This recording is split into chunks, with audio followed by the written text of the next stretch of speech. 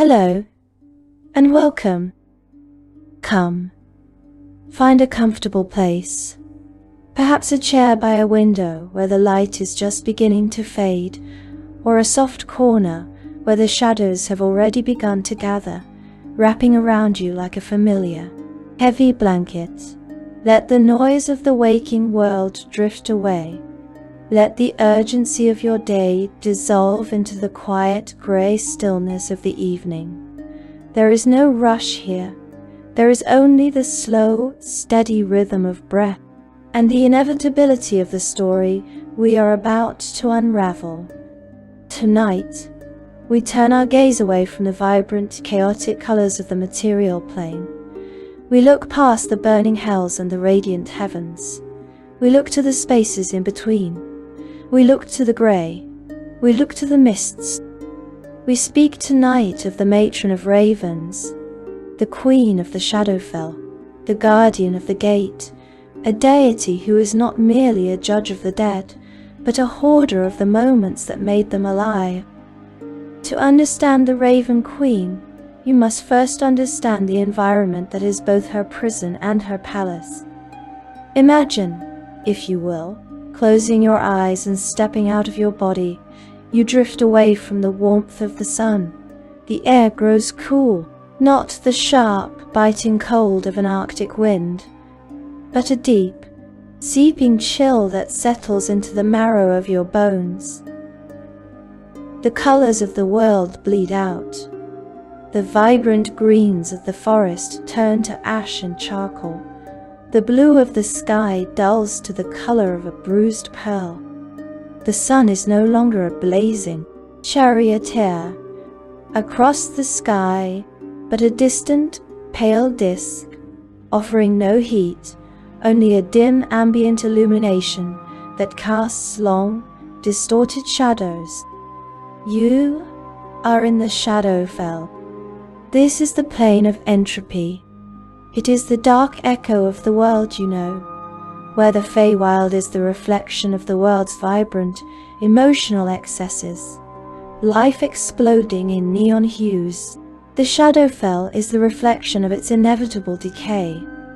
It is the world at the end of its breath, and at the center of this melancholy expanse, amidst the twisting mountains of Latherna, she sits.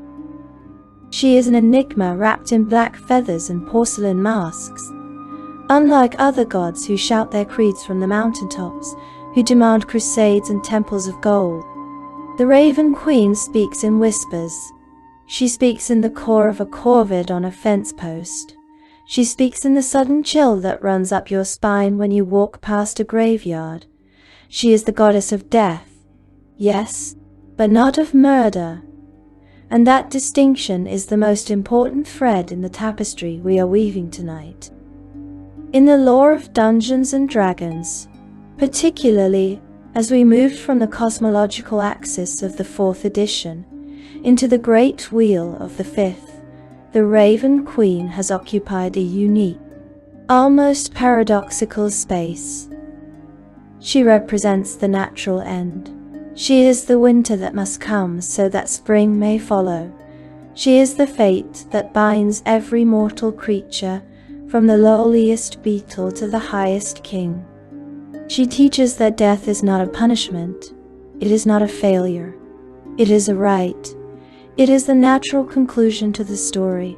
To deny death, to seek to extend one's life through unnatural means, through lichdom, through vampirism, through the perversion of the soul, is to steal from the universe. It is to act like a cancer cell that refuses to stop growing, threatening the health of the entire cosmic body. When you look upon her depictions, you see this duality. She is often shown as a tall, slender figure, draped in gowns spun from the very fabric of the night sky. Her face is hidden behind a mask of white porcelain, beautiful, static, and emotionless. This mask is significant. It represents the impartiality of death. Death does not care if you are rich. It does not care if you are kind. It does not care if you have unfinished business. It simply is But behind that mask, that is where the mystery deepens. It is said that the Raven Queen is obsessed with memory. She is not a destroyer of souls. She is a collector of stories. When a mortal dies, their soul migrates to the fugue plane, or passes through the astral sea, eventually reaching the deity they worshipped. But the Raven Queen, she watches the procession. She plucks the memories of strong emotion, the tragedies, the great loves, the bitter betrayals, and she keeps them. Why? Some scholars believe she is trying to reconstruct her own shattered past, a history we will explore deeply later. Others believe she is protecting these memories from fading into the oblivion of the negative energy plane. In her fortress of memories, shards of the past float like dust motes in a sunbeam. A child's first laughter, a soldier's last regret, the scent of bread baking in a home that has long since crumbled to dust. She holds them all. To worship her is not to seek comfort, for she offers little. It is to seek acceptance. Her clerics, often called grave clerics, do not raise the dead to restore them to life out of fear of loss. They do so only if the person's fate was cut short before its appointed time. If it is your time, her followers will ensure you pass gently, guarding your body from the necromancers who would turn you into a puppet. There is a profound sadness to the Raven Queen, a melancholy that permeates the lore surrounding her. She is a god, yes, possessing immense power over the domains of death, life, and twilight. But she is also a tragic figure. She is a prisoner of her own making. She is the queen of a realm of despair, surrounded by the Shadar-kai, her loyal, sorrow-bound servants, who pierce their own skin, just to feel something amidst the numbness of the shadow. As we embark on this journey together, through the 12 chapters of her existence, we must shed our fear of the dark. We must understand that, in the Dungeons and Dragons multiverse, darkness is not always synonymous with evil. Darkness can be rest. Darkness can be the womb of creation. Darkness can be the silence necessary to hear the truth. The Raven Queen was not always a god. She was not always a being of shadow and ice. Once she was flesh and blood. Once she had a name that was spoken with reverence and fear. Once she looked up at the pantheon of gods and saw not masters to be served, but chairs to be taken. Her ascent is one of the most ambitious and catastrophic events in the history of the cosmos. It changed the way death functions for every being in existence. Before her, death was a tyranny. Because of her, death became a passage. But to understand the liberator, we must first understand the tyrant she replaced. We must go back, far back, to an age before the Shadowfell existed in its current form. We must look into the cold, red eyes of the god of the dead who came before. We must speak the name that makes even paladins shudder. We must speak of Nera. So, settle deeper into your chair, pull the blanket tighter. The mist is rising, the ravens are gathering on the eaves. Let us begin the history of the ascent. The mists of our story part further now, drifting backward against the flow of time. We leave the Shadowfell as it is, a place of melancholy beauty, and descend into an era where death wore a far crueler face. To understand the Raven Queen, to truly grasp the magnitude of her ascent and the necessity of her reign, we must first look into the hollow eyes of the entity she replaced. We must speak of the age of the Reaper. Before the raven, there was the skull. Before the inevitable peaceful transition of the soul, there was only the hoarding of the dead. In the deep history of the cosmos, long before the empires of men rose and fell with the tides, the portfolio of death was held by a deity known as Nera. If you have played Dungeons and Dragons for many years, that name might send a familiar shiver down your spine.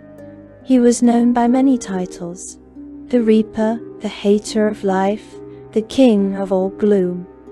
In the modern era, he is often remembered as a villain, a dark god for villains to worship. But in his time, he was an absolute, cosmological constant. Imagine a universe where death is not a release.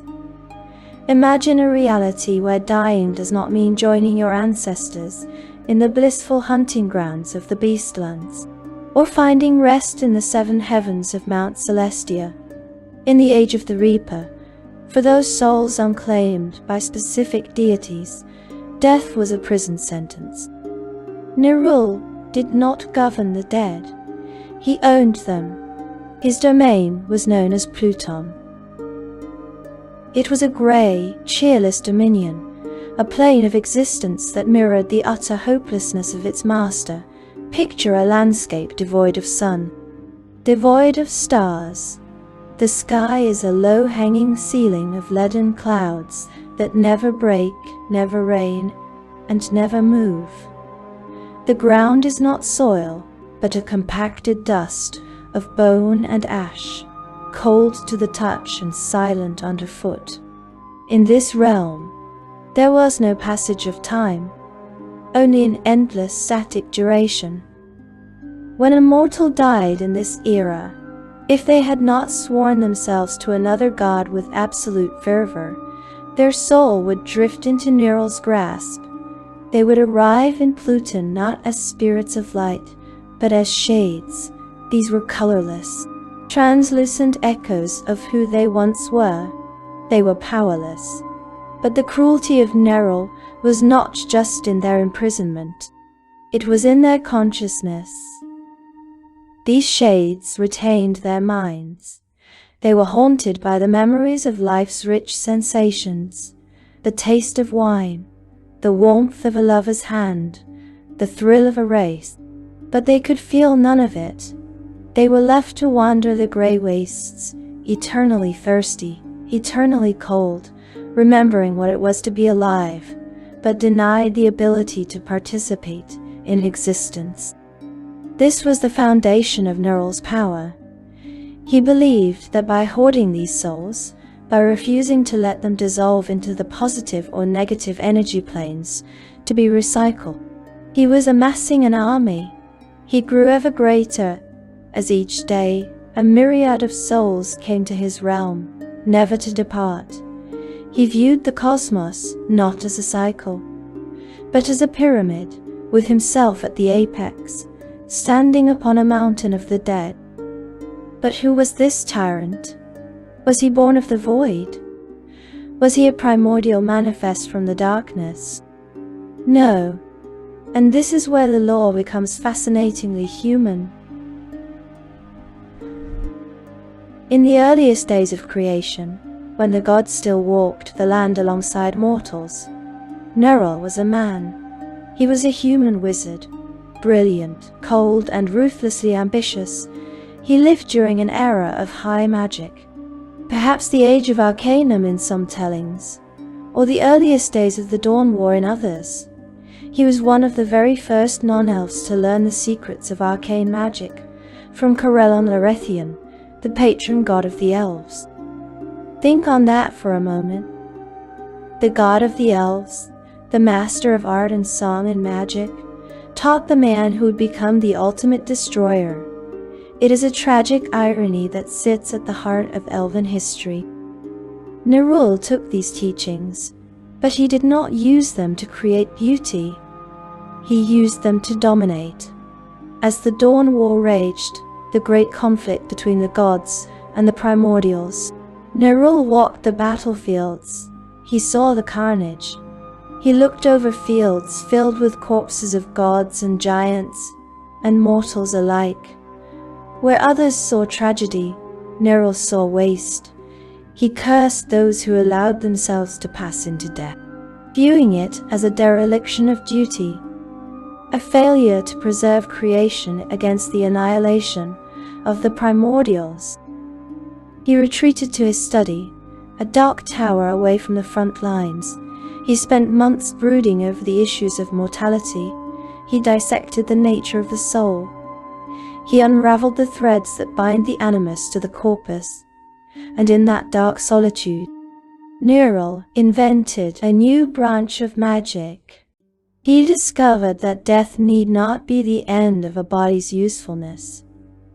He found that magical energy could bestow a semblance of life upon a lifeless corpse. He determined that such magic could bind a soul to service, either trapped within a rotting body or enslaved as a spectral entity without one. Nera had invented necromancy. He was the first necromancer.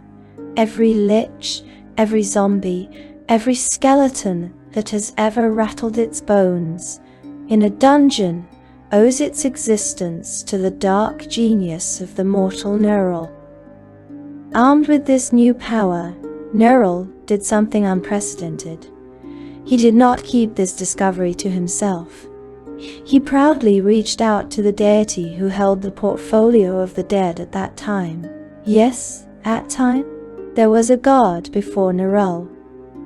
In the 4th edition lore, this god was often named Aurum, or sometimes simply referred to as the original god of the dead.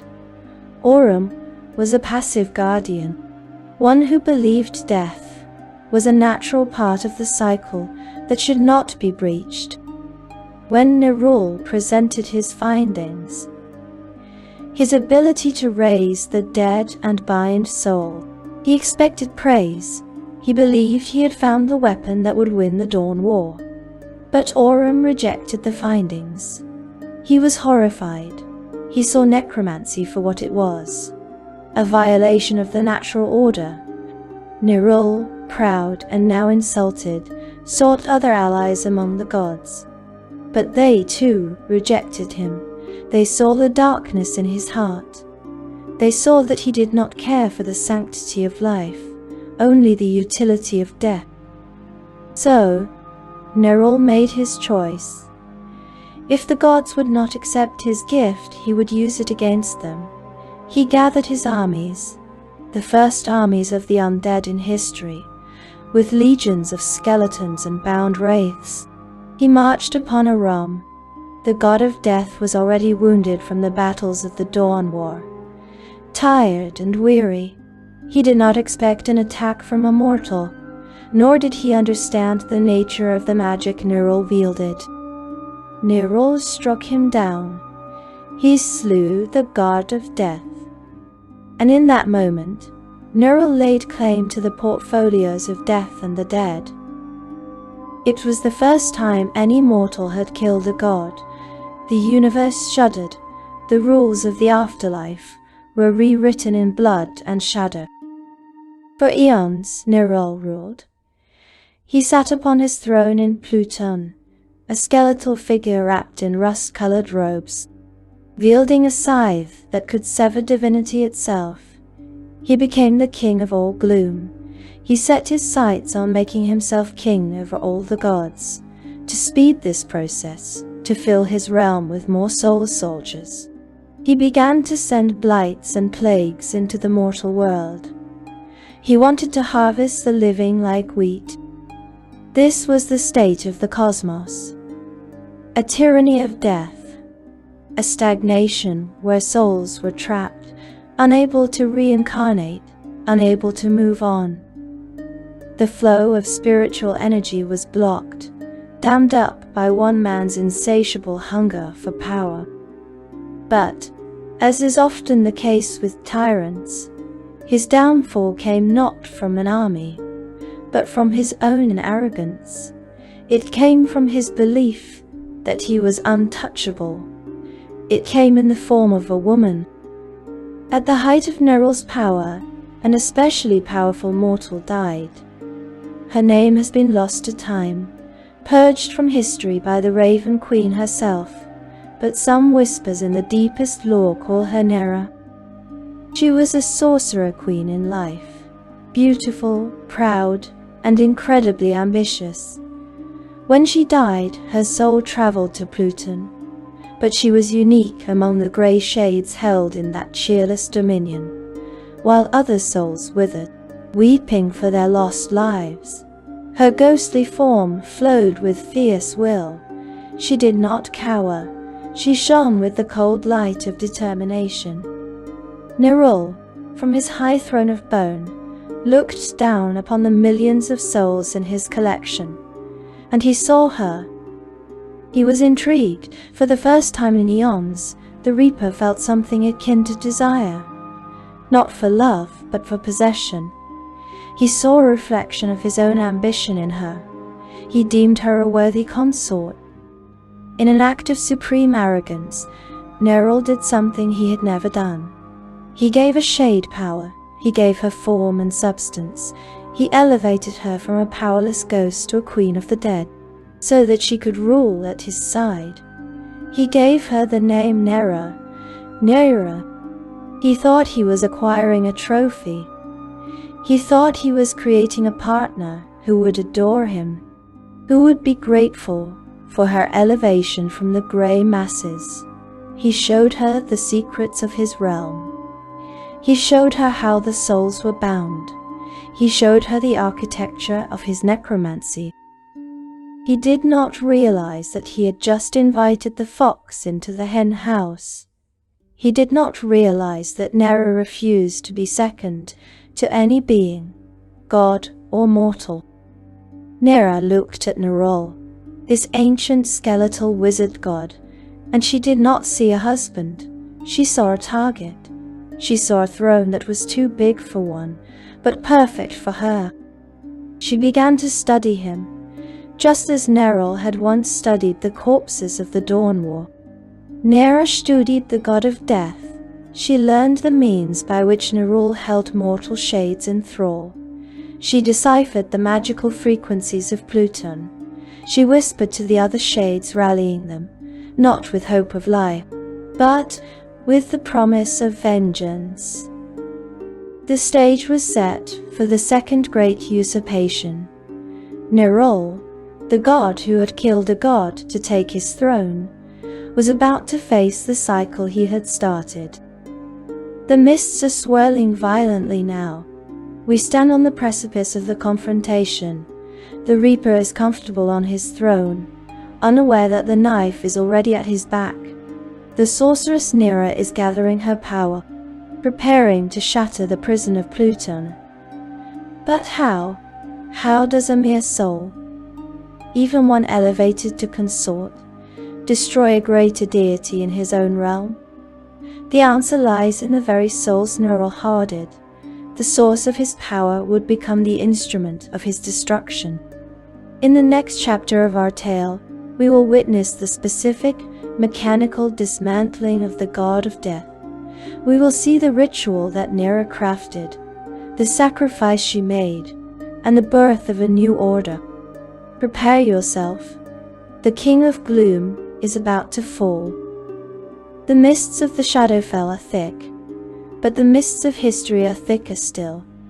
We have spoken of the tyrant Nerul, the king of all gloom, who sat upon a throne of bone and hoarded the souls of the cosmos. Like a miser hoarding copper coins, we have established a stagnation of that era, where death was a prison and the afterlife was a cage. But how does a cage break? Does the lock rust? Do the bars bend? Or does someone on the inside simply find the key? In the intricate, shifting tapestry of Dungeons & Dragons lore, there are two prevailing origin stories for the Raven Queen. They are often presented as conflicting, contradictory accounts, one from the tactical, mythic history of the 4th edition, and one from the more ancient, fey-touched history of the 5th. But tonight, we do not choose one over the other. We treat them as layers of sediment in a canyon wall. Both are true, in their own way. Both are echoes of a cataclysm that shook the foundations of the outer planes. We begin with the first truth. The story of Nera. This is a story of ambition that transcends mortality. It is a story that begins not on a battlefield, but in the cold, silent halls of Pluton, Neral's grey dominion. As we touched upon, at the height of Neral's power, an especially powerful mortal soul found its way into his net. She was a queen in life, a sorcerer of immense capability, beautiful and proud. Imagine her arrival. She did not arrive weeping. She did not arrive begging for mercy or bargaining for a second chance. She arrived with her chin held high, her spectral form radiating a fierce will that made the other shades look like wisps of smoke in a gale. She was unique among the grey shades held in Pluton. Nerul, ancient and arrogant, looked down from his dais. He saw something in her that he had not seen in eons, a peer, or at least a pet that could understand him. He deemed her a worthy consort. He reached out with his necromantic might and did something extraordinary. He gave her form and substance.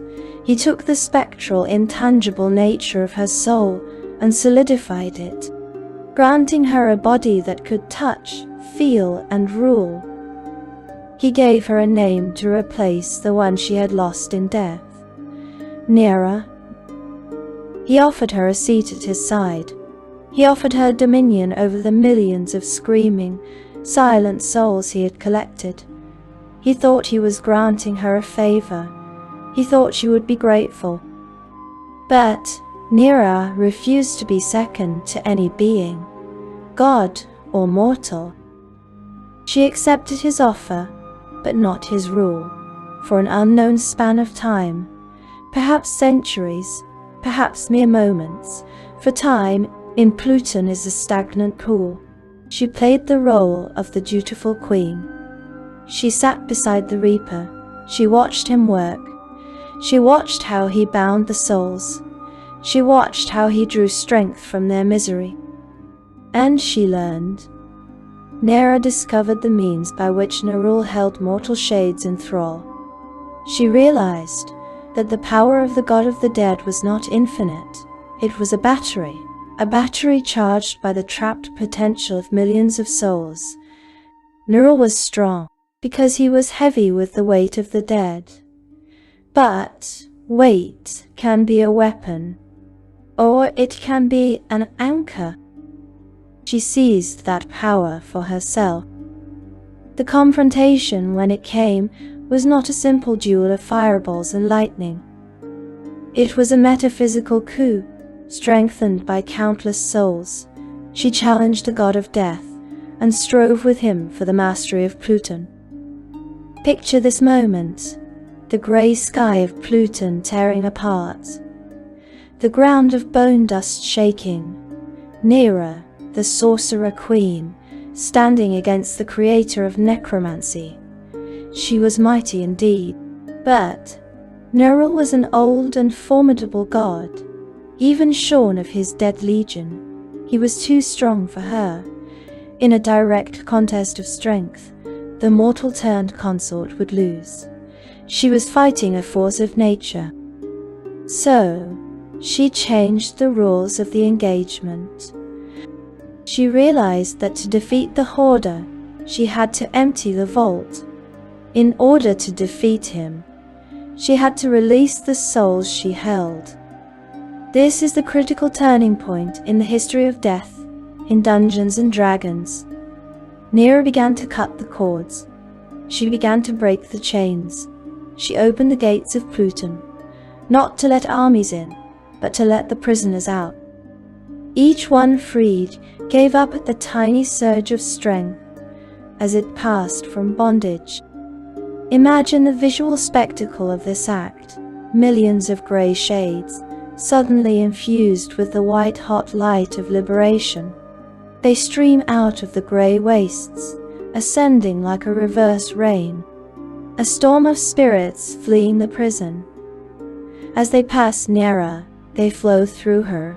She becomes the conduit for their release.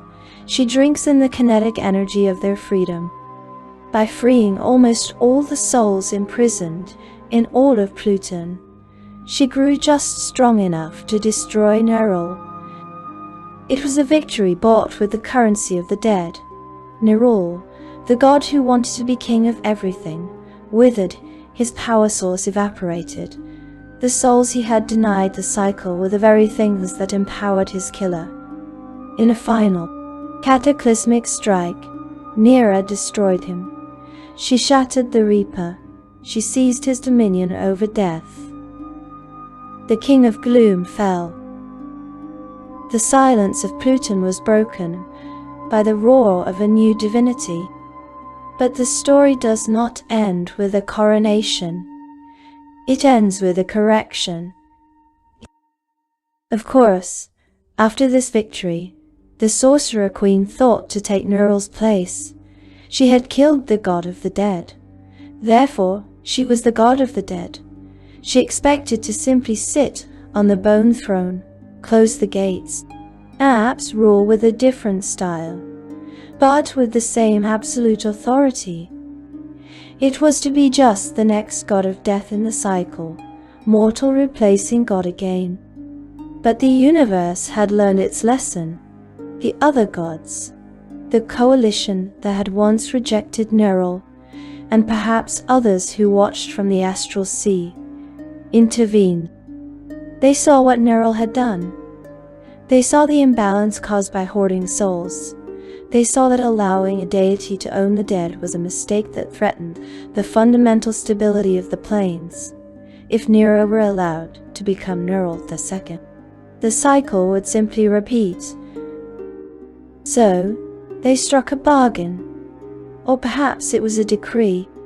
Rather than rising as the new deity of the dead, a ruler of subjects, she instead presides over death itself, the function, the moment, the transition.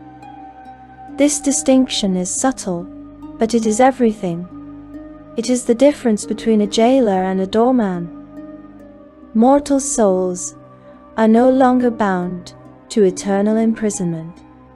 Instead, they pass into the infinite beyond the power or knowledge of the gods. Nera, now a goddess, was stripped of the ability to hoard. She became the filter, she became the guide. She ensures that the soul leaves the body, traverses the Shadowfell, and moves on to its final destination, be that the realm of another god, the Hells, or the true unknown. Ever since those events, the Death Goddess has sought to escape the structures limiting her power. She is a goddess, yes, but she is a goddess in a gilded cage of duty. She saved the souls of the multiverse, but in doing so, she bound herself to the task of washing the dishes of the cosmos, forever cleaning up the mess of mortality. And there was a personal cost, a price paid for the hubris of killing a god. Soon after her ascension, she expunged her true name from the knowledge of all creatures, and took to calling herself the Raven Queen. Why? Why erase the name Nera? Why erase the name of the mortal queen she once was? Perhaps it was to protect herself from rituals that might control her. Perhaps it was an act of penance. Or perhaps as she looked out over her new domain, no longer the grey waste of Pluton, but the shifting, melancholy mountains of the Shadowfell, she realized that Nera was dead. Nera was the ambitious mortal who wanted a crown. The being that remained was something else entirely, something colder, something necessary. She abandoned Pluton.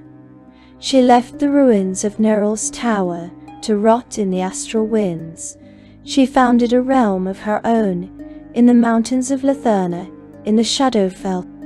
In the long centuries since the Raven Queen overthrew Nerul, she has slowly increased her power, adding dominion over fate and winter to her rule over death.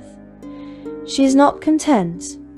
She sorely resents the gods who denied her the full power Nera once wielded. She is a jealous guardian.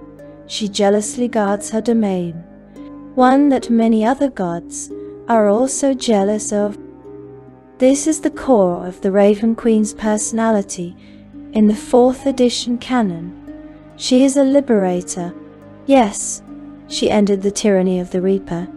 But she is also bitter. She is a usurper who was denied her full spoils.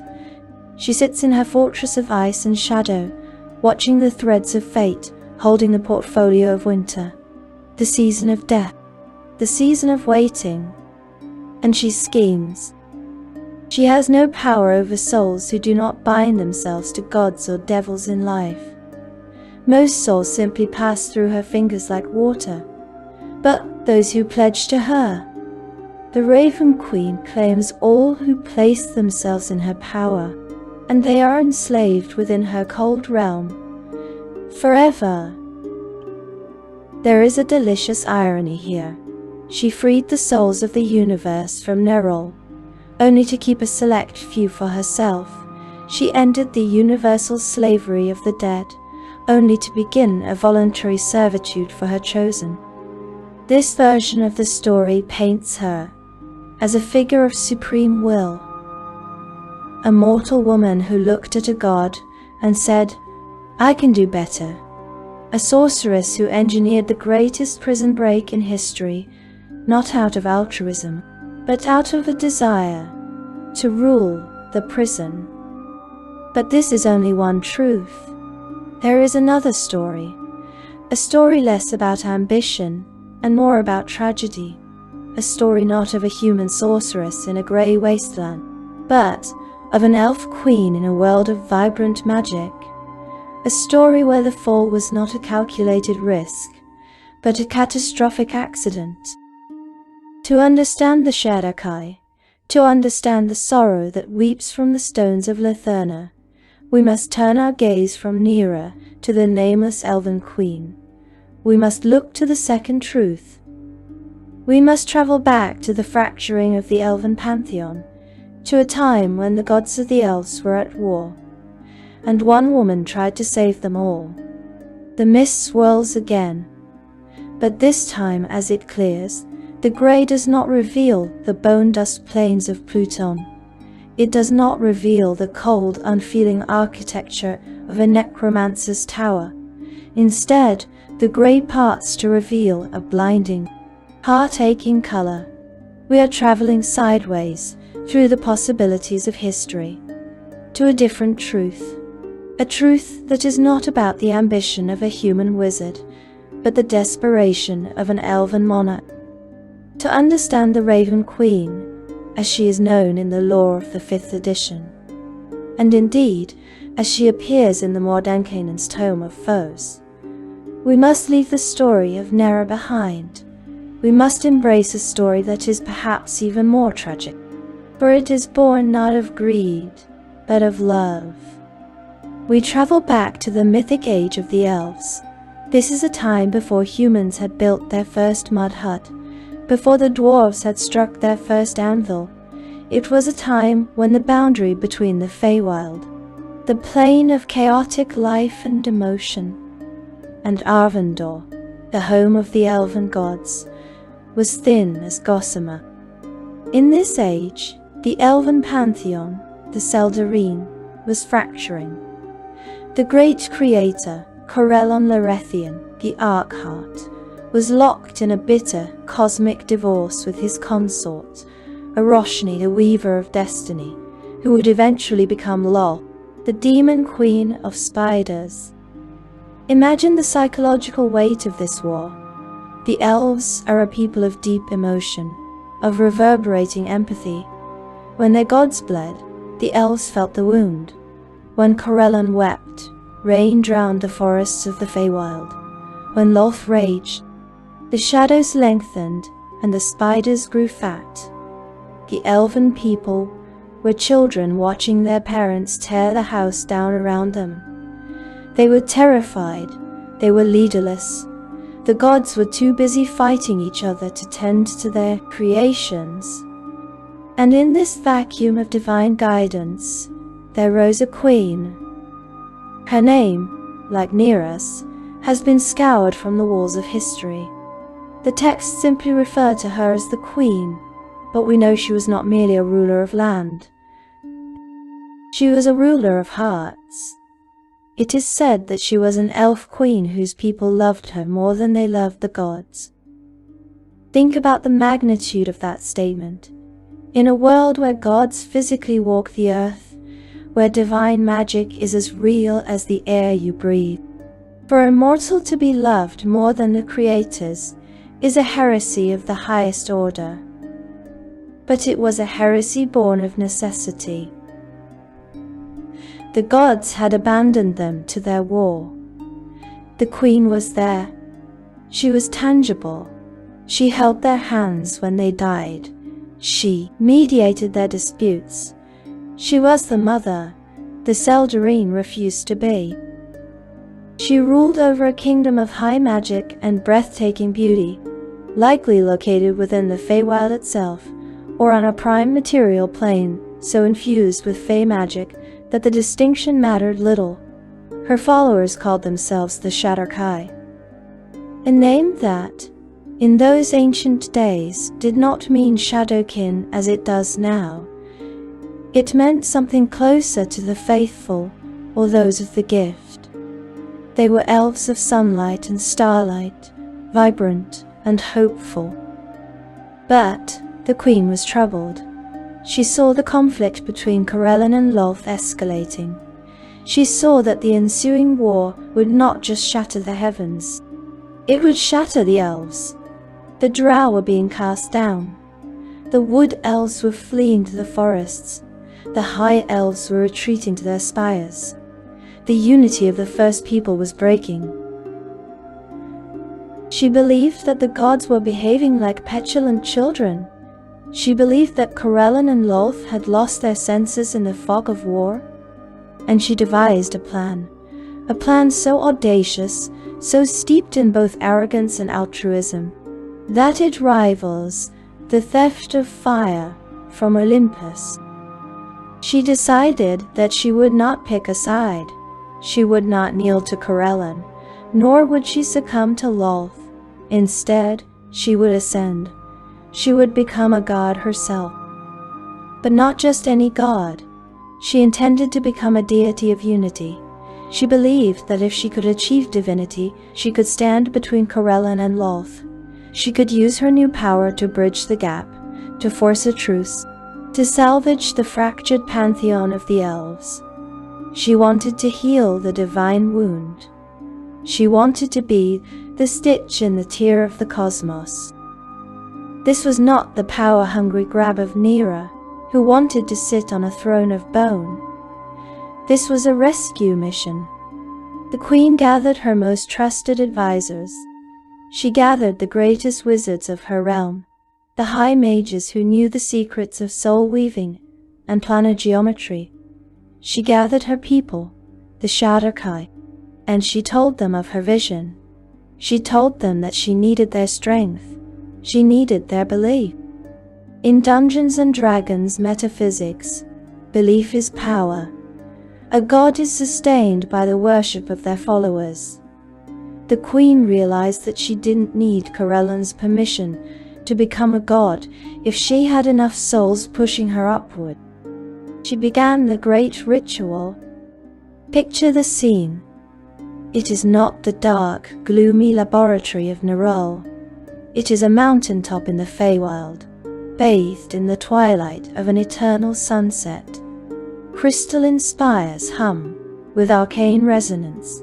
Thousands of elves, the proto-Shadar-kai, stand in concentric circles, chanting, their voices weaving a ladder of magic into the sky. The queen stands at the center. She is radiant. She is draped in silks of gold and silver, not black feathers, not yet. She looks up at the sky, past the clouds, towards Avendor. She is preparing to use the souls and magic of her people to elevate herself. She is drawing on their life force, not to consume them, but to use them as a lens, focusing the raw magic of the Feywild into a beam that will pierce the veil of divinity. The plan was to forge a path through the Feywild to Arvandor. She intended to walk up this path of light, enter the court of Corellon, and demand peace. It was a beautiful dream.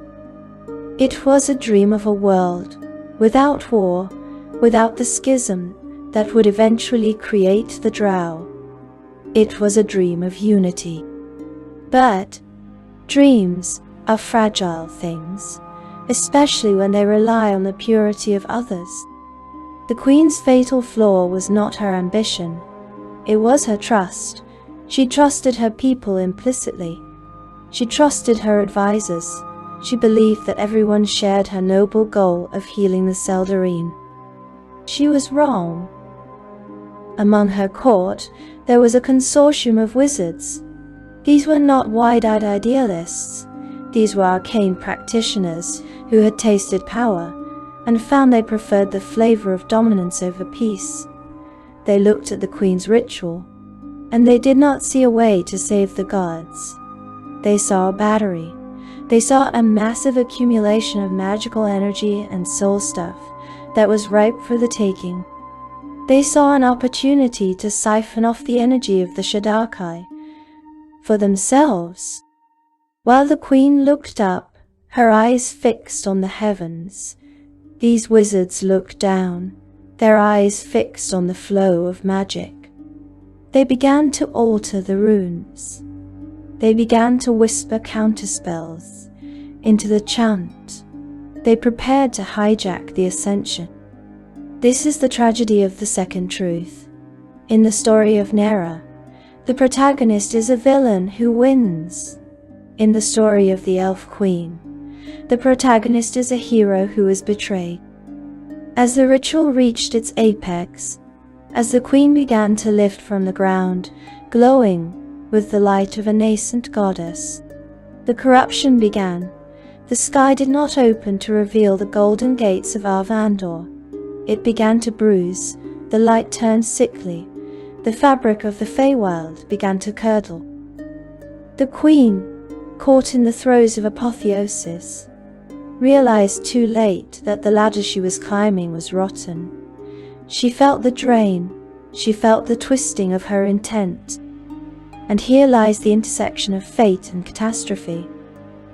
The ritual was too strong to stop. It was a runaway train of magical energy. The Queen was suspended between mortality and divinity, and the wizards were trying to pull her apart. Corellon and Lolth, locked in their war, suddenly took notice. They looked down and saw this upstart queen, this mortal who dared to knock on the door of godhood using a corrupted, twisted ritual. They did not see a peacemaker. They saw a threat. They saw a heresy. They saw a group of mortals trying to steal the fire of creation. The elven gods, in a rare moment of agreement, struck, or perhaps the ritual simply collapsed under the weight of its own treachery. The result was not ascension. It was expulsion. The Queen, her treacherous wizards, and her faithful chanting people were not lifted up. They were cast down. They were ripped from the vibrant, emotional reality of the Feywild. They punched a hole through the bottom of the world and fell into the place where colors go to die. They fell into the Shadowfell. But the story of the fall is not just a change of location. It is a transmutation of the soul. The betrayal of the wizards did not just ruin the ritual. It twisted the very nature of the participants. In our next chapter, we will look at the specific mechanics of this betrayal. We will examine the Nagpa, the form taken by those treacherous wizards, and the curse that the Queen laid upon them in her final moments of mortal consciousness. We will see how the most beautiful dream in elven history turned into the darkest nightmare of the Shadowfell. The mist is darkening. The gold and silver of the ritual are tarnishing to black and grey. The scream of a falling queen echoes across the plains. Prepare yourself to witness the birth of the Nagpa, and the first true moment of the Raven Queen's existence. The air upon the mountaintop, once thick with the scent of ozone and starlight, begins to curdle. Can you smell it? It is the scent of milk turning sour in the sun. It is the scent of copper coins left in a damp cellar, the radiant, golden ambition of the Elven Queen. Her desire to heal the fractured heavens is about to meet the corroded iron of mortal greed. We remain in the second truth. We remain suspended in that terrifying moment between the chant and the silence. The Queen is floating, her body a conduit for the collective soul of her people. The Shadar-kai. She is reaching for Avendor. She is reaching for peace. But look down. Look away from the light.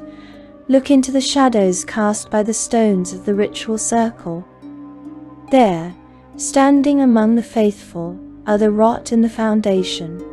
They are a group of wizards, high arcanists of the Elven court. They are the ones who whispered in the Queen's ear that this ritual was possible. They are the ones who drew the sigils. They are the ones who calculated the trajectory of the soul flow. But they did not do it for the Queen, and they certainly did not do it for the Seldarine.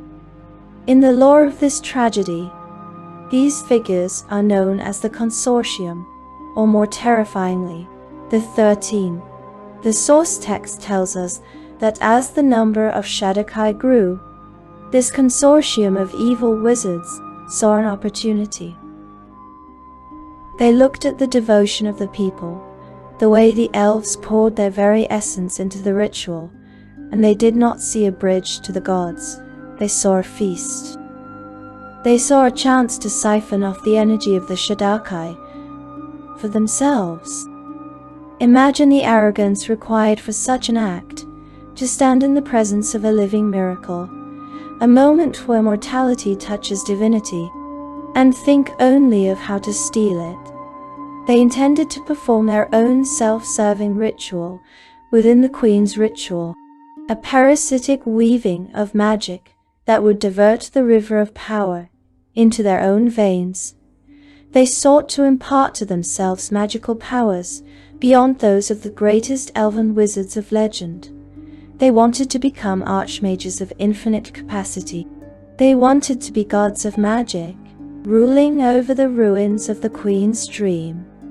As the Queen approached the entrance to Avendor, as the golden gates began to shimmer in her vision, she felt it. It must have started as a subtle drag, like a hook catching on a silk gown. Then it became a tear. The flow of magic, which should have been pushing her upward, suddenly reversed. It began to spiral downward, swirling into the dark fosse held by the 13. She realized what these wizards were doing. The betrayal was absolute. It was not just a political coup. It was a spiritual rape. They were using her body, her soul, and the souls of her beloved people as a battery. The love the Shadar-kai bore for her was being transmuted into fuel for these parasites. In that moment, the Queen's heart, filled with the hope of unity, shattered, and in the cracks of that broken heart, something terrible bloomed, wrath, a supernatural rage that was no longer entirely mortal. She was already halfway to godhood. She was a quasi-divine entity, suspended in the firmament. Her emotions were no longer the small contained feelings of an elf. They were the tidal forces of a deity. When she screamed, it was not a sound. It was a decree. She brought all her wrath down upon them as the ritual was underway. This is the moment the Nagpa were born. The Queen cursed them, but because the magic was already twisted, because the ritual was collapsing into a singularity of corruption, the curse did not just kill them, it reshaped them. It took their inner ugliness, their scavenging nature, their desire to pick the bones of the divine, and it made it manifest on their bodies. The source text describes them as being tortured and turned into vicious avian beasts, known as Nagpa. Picture the transformation. It is a moment of profound body horror. The wizards, standing in their circles, perhaps grinning as they felt the power rushing into them, suddenly begin to wither. Their elven grace, the hallmark of their species, evaporates like water on a hot skillet. Their skin dries and cracks, turning the color of old parchment and dried mud. Their backs hunch, crushed under the weight of their own treachery. Their faces, oh their faces, their noses elongate, the cartilage hardening, sharpening, turning into the hooked beaks of vultures. Feathers, black and oily and patchy, burst from their skin, not in the majestic plumage of an eagle, but in the ragged, molting clumps of a scavenger bird. They became things of carrion. They wanted to soar like gods? The queen gave them the form of birds, but she denied them the grace of flight. They became grounded, wretched things. They became the Nagpa. According to the darkest legends, whispered by the Shadar-kai, the number of these betrayers was finite.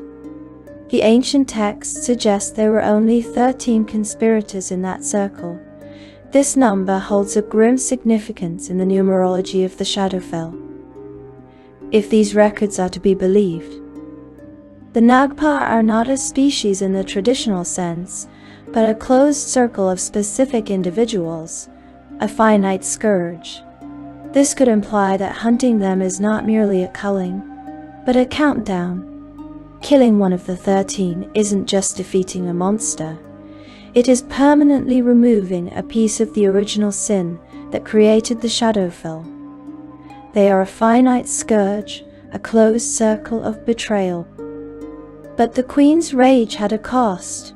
By directing her focus onto the wizards, by lashing out with such cataclysmic fury, she lost control of the ascension. Her supernatural rage corrupted the ritual into a phenomenon that took on a terrible strength of its own. The magic, now stained with hate and betrayal, became heavy. It ceased to be a ladder of light. It became a gravity well. It became an anchor. By the time the queen realized her error, she could feel the now twisted magical energy grabbing hold of her. It was pulling her, not up to the heavens, but down through the crust of the Feywild, down through the bedrock of the material plane, down into the dark underbelly of existence. She was powerless to stop it. Imagine the panic. In a desperate bid to save herself, she reached out to the souls of the Shadar-kai for more power. This is a crucial, tragic detail. In her final moments as a recognizable elf, she committed the very sin she despised. She used her people. She grabbed onto their souls like ropes to pull herself out of the quicksand. But the gravity of the spell had become irresistible. It pulled the queen and all those who were underway, the loyal Shadar-kai, the treacherous Nagpa, the very mountaintop itself, into the Shadowfell. The world fell away. The colors of the Feywild, the emerald greens, the impossible violets, were ripped from their vision. The air grew cold. The screaming of the wind replaced the chanting of the faithful. And the Nagpa, the 13, they fell with her. They were cast down into the darkness they had helped create. They were bound to the Shadowfell just as she was, but while she would become its queen, they would become its pariahs. The Nagpa evade the Raven Queen at all costs. They know that she remembers. They know that behind her porcelain mask, the eyes of the entity she became are forever fixed on their destruction. They hide in the ruins of the Shadowfell, in the forgotten libraries and the crumbled towers of lost civilizations. They are cursed with a terrible existence. In broader D&D lore, the Nagpa are often depicted as beings who can only acquire knowledge from the fall of others. They are scavengers of secrets, just as vultures are scavengers of meat. They hoard lore, they manipulate events to cause the collapse of kingdoms, so they can sift through the ashes for arcane treasures. They are the ultimate expression of siphoning off energy, forever unable to create, only able to consume what has been broken. Many intelligent undead recognize the danger of entities like Orcus, but the Nagpa are a different kind of threat. They plot vengeance against the Raven Queen from the shadows. They are the architects of their own hell, and they are trapped in it with the jailer they created. The idea that there are only 13 of them makes them incredibly dangerous antagonists for a campaign. As the source text suggests, killing one of them could be the basis for an entire Shadowfell-focused campaign. Imagine a party of adventurers, perhaps devout followers of the Raven Queen, tasked with hunting down the original traitors. Each Nagpa would be an ancient, high-level wizard, twisted by thousands of years of shadow magic and bitterness, hiding in a fortress of bone and silence. To hunt them is to hunt the original sin of the Shadar-kai. But let us return to the fall. The Queen, the Nagpa, the Shadar-kai. They are falling through the planar void. The light of Arvindor is a distant memory. The darkness is rushing up to meet them. The impact was not a collision of body and earth. It was a collision of soul and shadow. Now, where she landed, the ground shattered. The reality of the Shadowfell, which was perhaps formless or fluid before this moment, crystallized around her trauma. The Queen was instantly killed. Let that sink in. The Queen died. The mortal elf, the dreamer, the unifier, she perished in the crash. Her body was ruined. Her mind was fractured. But in a place where death is the very air you breathe, dying is not the end. From her ruined mind and body, the Raven Queen was born again. This rebirth was not a resurrection. It was a reformation. The entity that rose from the crater was not the Elf Queen. It was something composed of the Queen's power, the Queen's sorrow, and the Queen's memory, but it was stripped of her mortality. It was stripped of her name. The Nagpa scattered into the dark, cawing their terror, fleeing the wrath of the thing they had made. The Shadar-kai, those who survived the fall, looked upon their mistress and saw that she had changed. She was no longer the golden monarch of the Feywild. She was the Matron of Ravens. She was the dark mirror of their previous life. This betrayal is the scar tissue that defines the Raven Queen's existence in the 5th edition lore. It explains her melancholy. It explains her obsession with memories. Perhaps she is trying to remember the face she wore before the Nagpa took it from her. It explains why she is a tragic figure, trapped by her fascination with the past. She sits in her fortress, amidst all the memories of the world, looking at the ones that please her most as though they were glittering jewels. Are these memories replacements for the future she lost? Is she trying to build a mosaic of the life that was stolen by the 13? The Great Betrayal is not just a backstory. It is the engine of the Shadowfell. The entire plane resonates with the echo of that fall. The Shadar-kai's servitude, the Nagpa's exile, the Queen's silence. It all stems from that one moment on the mountaintop, where greed eclipsed hope. And so, the Queen rises. She is surrounded by the wreckage of her people. The sky above is no longer the endless blue of Arvandor, but the oppressive, weightless grey of the Shadowfell. She is alone, save for the ravens that gather on her shoulders. Perhaps the only birds that did not betray her, or perhaps the transformed remnants of the few wizards who tried to stop the ritual and failed. She has no name. She has no past. She has only the cold, biting reality of her new domain.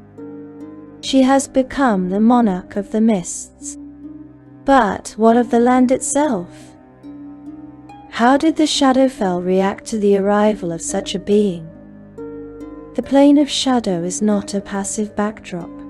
It is a reactive, semi-sentient force. When a goddess falls into a pool of shadow, the splash creates mountains. In the next section, we will explore the immediate aftermath of the descent. We will witness the shattering of the Queen's mind and the formation of the Shadowfell's geography around her grief. We will learn why she hides her face and why she collects the memories of others to fill the void where her own heart used to be. The Nagpa have fled to the corners of the map. The Queen stands amidst the dust. The age of the Raven has begun. The scream has faded. The treason of the Nagpa has been committed. The ritual, intended to build a bridge to heaven, has become a chute to the underworld. Now, we must follow the Queen down. Close your eyes. Imagine the sensation of falling, not the terrifying wind-rushing plummet of a dream, but as the slow, heavy sinking. It is the sensation of being pulled underwater by a weight tied to your ankle. The vibrant, chaotic colors of the Feywild, the burning oranges of the eternal sunset, the verdant, singing greens of the forest, do not just fade. They are flayed away. They are stripped from your vision, layer by layer, until only the underlying geometry of the universe remains. And that geometry is gray. The gravity of the corrupted spell had become irresistible. It did not just pull the Queen's body, it pulled her essence. It dragged her through the planar bedrock, tearing through the veil that separates the worlds. This was the descent. It was a journey through the absolute zero of the cosmos. When the Queen and her followers struck the Shadowfell, it was not a silent arrival. It was a cataclysm. But the source text gives us a detail that is both horrifying and essential to understanding the entity she became. We are told that in the crash, the Queen was instantly killed. Pause on that for a moment. Breathe in the gravity of those words. Instantly killed. The mortal woman, the elf queen who loved her people, who sought to heal the Seldarine, who dreamed of peace. Deed. The biological organism ceased to function. The heart stopped. The synapses fired their last spark of panic and went cold. The impact of the fall, combined with the crushing weight of the twisted magic, obliterated the person she was. But, in the Dungeons and Dragons multiverse, death is rarely the end, especially when one is saturated with the energy of a near ascension. From her ruined mind and body, the Raven Queen was born again. This rebirth was violent. It was not a gentle awakening. It was a reconstitution of shattered glass. Imagine a porcelain vase dropped from a great height, shattering into 1,000 pieces. Now imagine those pieces trembling, moving, and pulling themselves back together. But not in the same shape.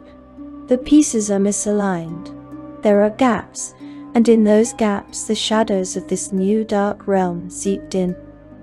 She rose from the ashes and debris. The being that stood up in the crater was no longer the Elf Queen. She had maintained the immortality of divinity, the spark she had stolen from the ritual, but she had lost both her memories and her true physical form.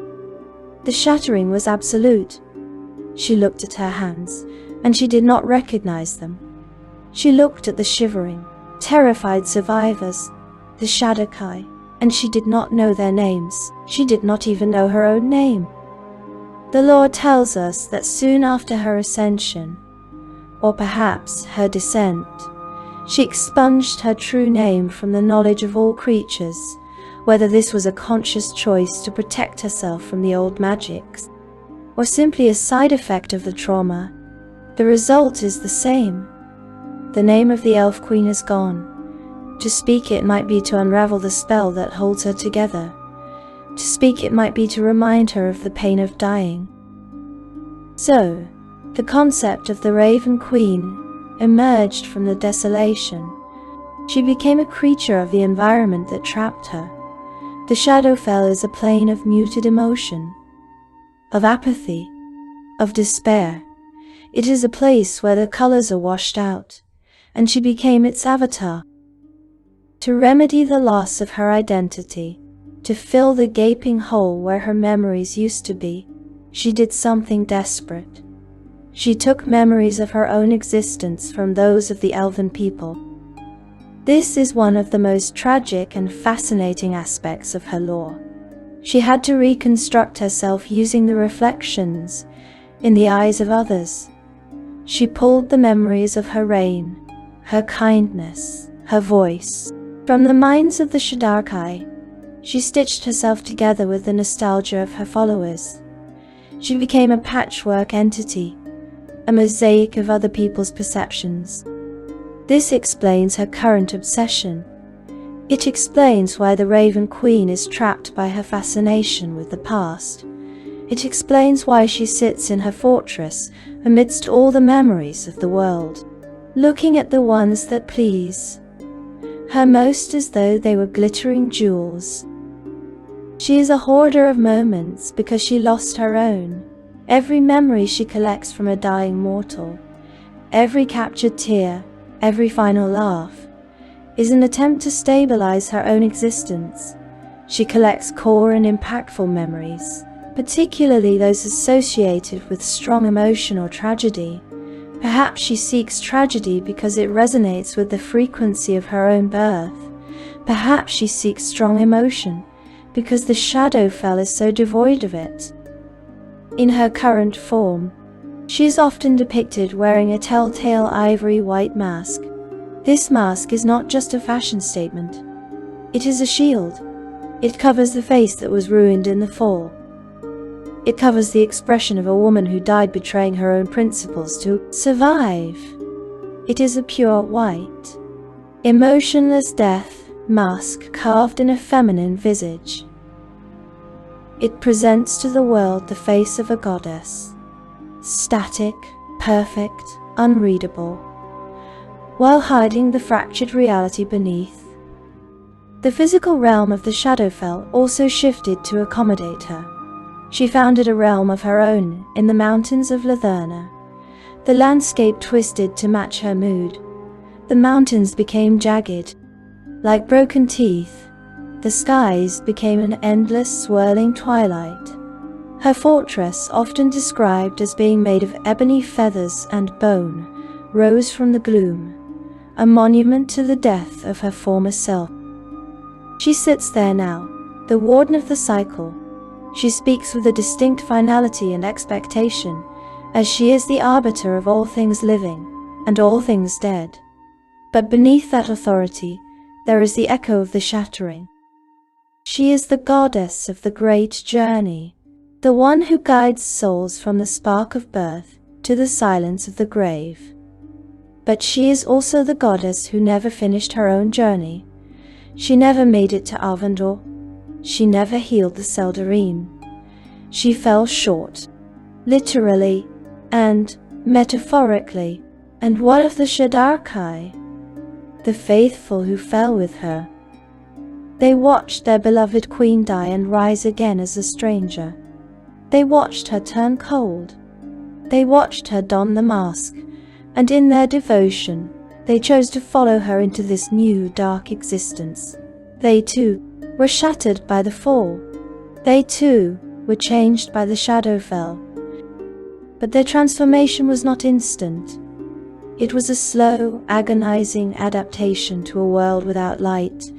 They had pledged their souls to her in the ritual, and when that ritual corrupted, the pledge twisted into a bondage that would last for eternity. In the next section, we will turn our gaze from the queen to her subjects. We will explore the Shadar-kai, the children of the Grey. We will learn how the trauma of the shattering reshaped their physiology, their culture, and their souls. We will discover why they pierce their skin, why they wear masks of their own, and how they serve the mistress who no longer remembers their names. The queen is seated on her throne. The mask is in place. The memories are drifting around her like snow. But outside the citadel, the Shadar-kai are waiting in the shadows. The mist clings to us still. We have witnessed the fall of a queen, the shattering of a psyche, and the birth of a god.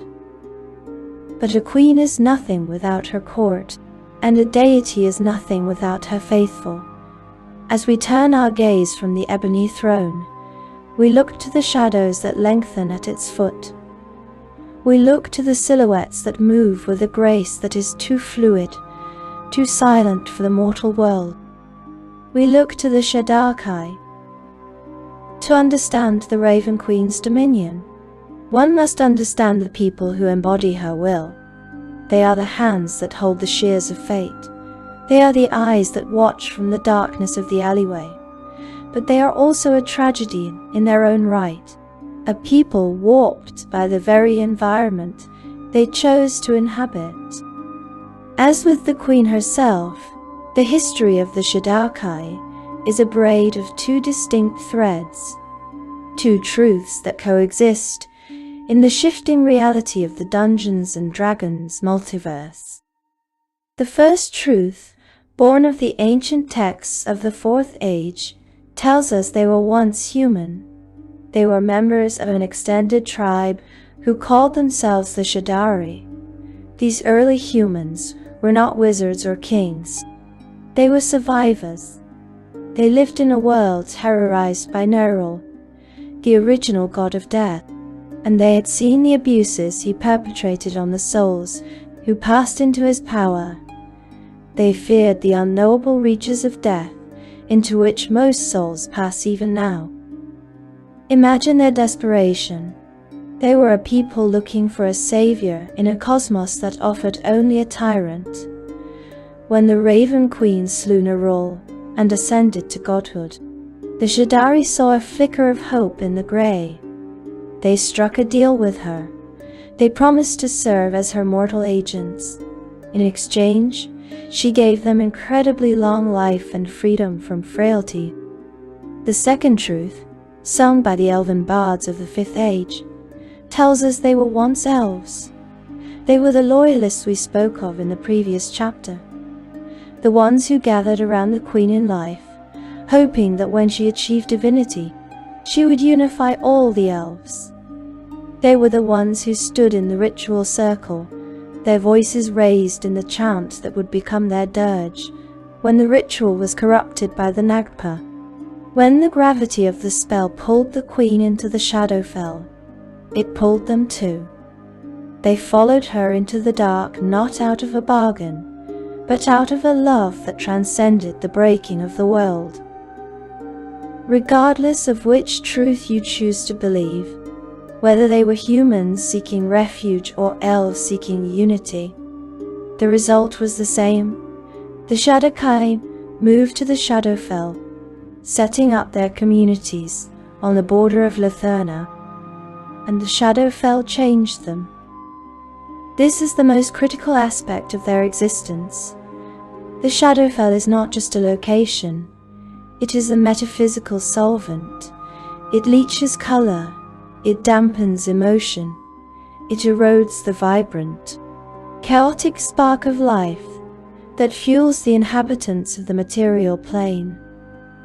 Life in shadow reshaped them and altered their appearance.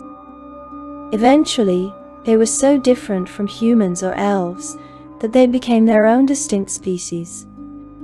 Look closely at a Shadar-kai. Their skin is the color of alabaster dusted with ash, or the pale gray of a winter sky before the snow falls.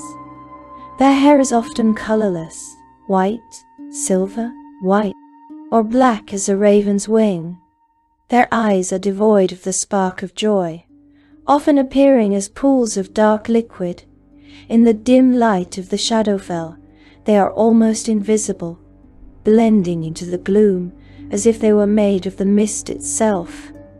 But the physical transformation is merely a symptom of a deeper spiritual malady. The Shadowfell exerts a constant, crushing pressure on the soul. It is a force of apathy. It whispers that nothing matters. It whispers that passion is a waste of energy. It whispers that to sleep is better than to wake, and to fade is better than to endure.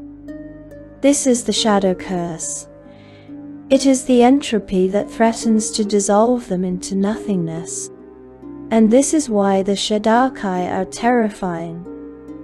To combat this apathy, to remind themselves that they are still alive, the Shadar-kai live in extreme ways. They live on the razor's edge of sensation.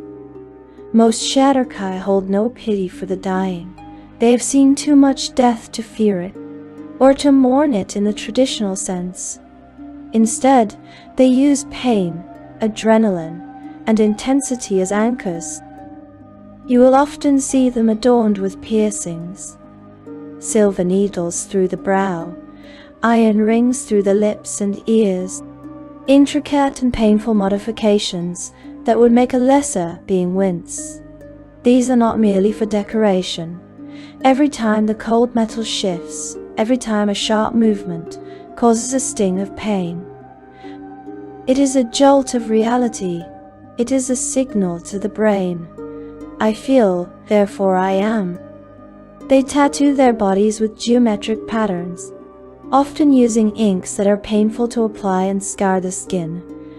They engage in ritualistic combat, not to kill, but to bleed. They throw themselves into their duties with a fervor that borders on fanaticism, not only to serve their queen, but to throw off the apathy of the Shadowfell. They also believe that nobody truly knows what fate holds. This philosophy drives them to test fate constantly. A Shadar-kai might leap across a chasm that is just a little too wide, or challenge a monster that is just a little too strong, simply to see if fate will catch them. They do this to ensure that he or she has a great destiny. If they survive, it is proof that the Raven Queen has a purpose for them. If they die, then it was simply the end of the story. And what is death to a Shadar-kai? In the service of the Raven Queen, the concept of mortality becomes fluid. The Raven Queen claims all who place themselves in her power, and they are enslaved within her cold realm forever. While the word enslaved carries a harsh, tyrannical connotation, for the Shadar-kai, it is a form of twisted immortality. When a Shadar-kai dies, their soul does not pass on to the outer planes. It does not go to the fugue plane to be judged by Kelemvor. It flies back to the fortress of memories. It returns to the Raven Queen. In the lore of 5th edition, specifically within Mordenkainen's Tome of Foes, it is revealed that the Shadar-kai are trapped in an eternal cycle of death and resurrection. The Queen reforges their souls and sends them back. They are her arrows, fired again and again. This is why they do not fear death. They know it is merely a recall to the armory. But this immortality comes with a heaviness. Their souls grow old, weighted down by centuries of memories and the crushing gloom of the Shadowfell. They become the sorrows worn, or at least, they risk becoming them if they lose their grip on their identity. Some hope for a different kind of immortality, whether as a lasting legend, a sorrows-worn servant of the Raven Queen, or something else entirely. The Shadar-kai serve as the Raven Queen's instruments of death and fate. They are the ones who venture out of the Shadowfell and into the material plane to enact her will. But what is her will? The Raven Queen demands only that they observe the pact by keeping her commandments regardless of other beliefs. She does not demand worship in the way a vanity-obsessed god like a sun deity might. She doesn't need hymns sung in her honor, though. She receives them in abundance. She needs results. She sends the Shadar-kai to retrieve items of power that disrupt the balance of life and death. She sends them to hunt down those who try to cheat death. The liches, the vampires, the necromancers. And most importantly, she sends them to collect memories. Imagine a Shadar-kai rogue, cloaked in shadows, standing over the bed of a dying king. They are not there to assassinate him. They are there to catch his last breath. They are there to use a soul cage or a similar dark miracle to capture the essence of his life story. The regret of a lost love, the pride of a won war, and carry it back to Latherna like a hummingbird carrying nectar. They are the collectors of the Queen's library. There is also a distinct societal structure among them, centered around their relationship with the Queen. They believe that through their pact with her, they became the chosen people of death and winter. This gives them a sense of superiority, a cold arrogance when dealing with the vibrant races of the world. They look at humans and elves and see fragile, fleeting things. They see children playing in the mud, unaware that winter is coming. Within the Shadowfell, their communities are grim, austere places. We know they expanded their territory in the Shadowfell and began interacting again with the mortal world. Their cities are often built into the sides of the jagged mountains or suspended over the endless, bottomless canyons of the plain.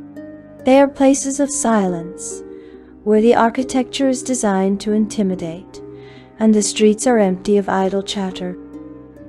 But there is one enemy that rouses the Shadar-kai from their apathy more than any other.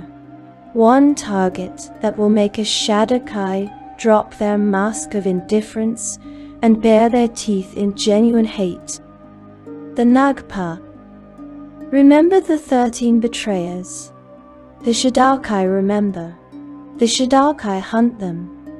If the Raven Queen is the jailer of the Nagpa, the Shadar-kai are the hounds. They despise the Nagpa, not just because the Queen commands it, but because the Nagpa are the reason for their cursed existence. The Shadar-kai could have been golden children of the Feywild, basking in the light of Arvandor. Instead, because of the greed of 13 wizards, they are the great children of the mist. Every Shadar-kai carries this generational trauma.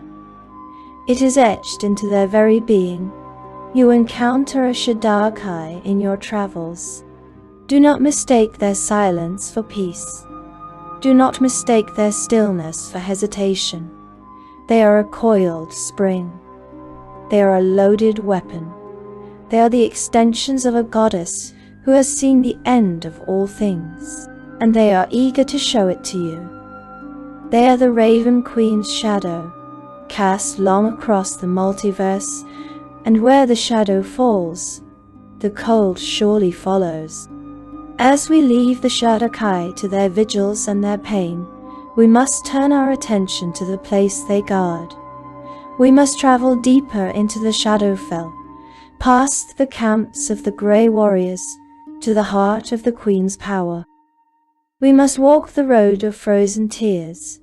We must cross the bridge of silence. We must enter the citadel. In the next section, we will explore Letherna and the Fortress of Memories. We will walk the halls where the Raven Queen sits, and we will see the glittering jewels of memory she has collected from the dying breath of the world. The mists of the Shadowfell are not merely a weather phenomenon. They are a barrier. They are the soft grey curtain that separates the known from the unknown. We have walked among the Shadar-kai, the grey children who pierce their skin to feel the sting of life. But now we must leave their camps behind. We must travel deeper into the gloom, to the geographic and spiritual heart of the Raven Queen's dominion. We must go to Letherna. If the Shadowfell is a kingdom of apathy, Letherna is its frozen heart. It is not simply a location. It is a temperature. As you approach, the air grows so cold that it does not just freeze water. It freezes breath. It freezes thought. This is the bitter chill of winter, one of the portfolios the Queen stole from the goddess Kala in the deep lore of the Fourth Age. Letherna is a realm of jagged peaks that tear at the belly of the sky. These are not mountains of stone and earth, but of black ice and crystallized shadow. They rise from the grey wastes like the spines of a buried god, sharp, unforgiving, and utterly silent. To reach the Queen, one must traverse the bleak fallow. Imagine a valley so vast that the horizon seems to curve upward. The ground is shattered, a tundra of stunted crags and pits hidden by drifts of grey snow. This is the graveyard of the unclaimed. In the cosmology of the Raven Queen, souls are meant to pass through, to be judged and sent on. But some get lost. They fall from the procession. They land here in the fallow. You can hear them before you see them. A low, constant moaning, like the wind blowing through a cracked flute. These are the lost souls, wandering the Badlands, hunted by devils who sneak into the realm to harvest them, or by the Queen's own sorrow-sworn, who try to shepherd them back to the path. It is a place of quiet desperation, where the snow tastes of ash, and the wind carries the names of the forgotten. Above this desolate valley, the sky is dominated by a phenomenon known as the maelstrom of souls. Look up. There is no sun here. There is only a swirling vortex of luminescent lights, shining like stars in the daylight. These are the souls of the dead, billions of them, spiraling down from the multiverse, drawn by the Queen's gravity. They form a galaxy of ghosts, a river of white fire that flows not across the land, but through the air, funneling down toward a single point. That point is the citadel of the Raven, Fate's palace. It sits on the slopes of Sfoma Mountain.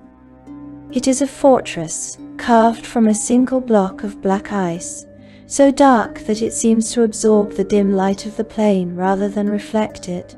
It wears darkness like a shroud. The architecture is impossible. Towers that defy gravity. Bridges of spun glass that span bottomless chasms. Battlements manned not by soldiers, but by the frozen statues of those who dared to invade. The entrance is guarded by Delatoth, a death lord of immense power, a being of cold stillness who decides whether your business is worth the Queen's time. She has no eyes, yet she sees the weight of your soul. To stand before the gates of Letherna is to feel an overwhelming sense of insignificance. You are a single grain of sand standing before the ocean. But let us step inside. Let us enter the fortress of memories. If the exterior is a fortress of ice, the interior is a library of sorrow. The halls are a maze, shifting and turning back on themselves. The walls are lined not with books, but with things. This is the Queen's obsession made manifest. The Raven Queen hoards unique memories. She is a scrupulous, obsessive collector, but memories in their raw form are intangible, so she binds them to objects. Walk with me down the Hall of Whispers. Look at the shelves. There, a rusted iron hook. There, a child's cracked doll. A tarnished silver goblet, an onion with a bite taken out of it. They look like the flotsam of a junk shop. But reach out, touch one. If you were to touch that rusted hook, you would not feel cold iron. You would feel the adrenaline of a sailor clinging to the rigging during a hurricane. You would taste the salt spray. You would feel the terror of the wave that finally took him.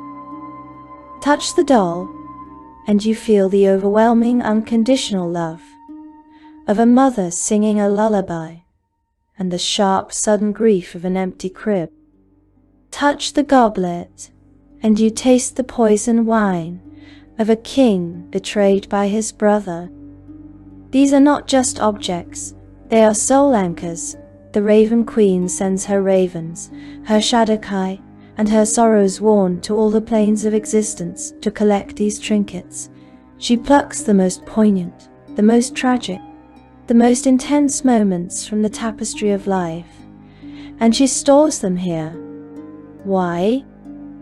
Some say it is to prevent her own fragile existence from dissolving into oblivion, that she uses these borrowed memories to stitch together a cloak of identity. Others say she is building a map of the multiverse, one emotion at a time. Or perhaps she is simply lonely, surrounded by the dead, seeking the warmth of the lives she can never lead. Deep within this fortress, past the archives of joy and the dungeons of regret, sits the throne room.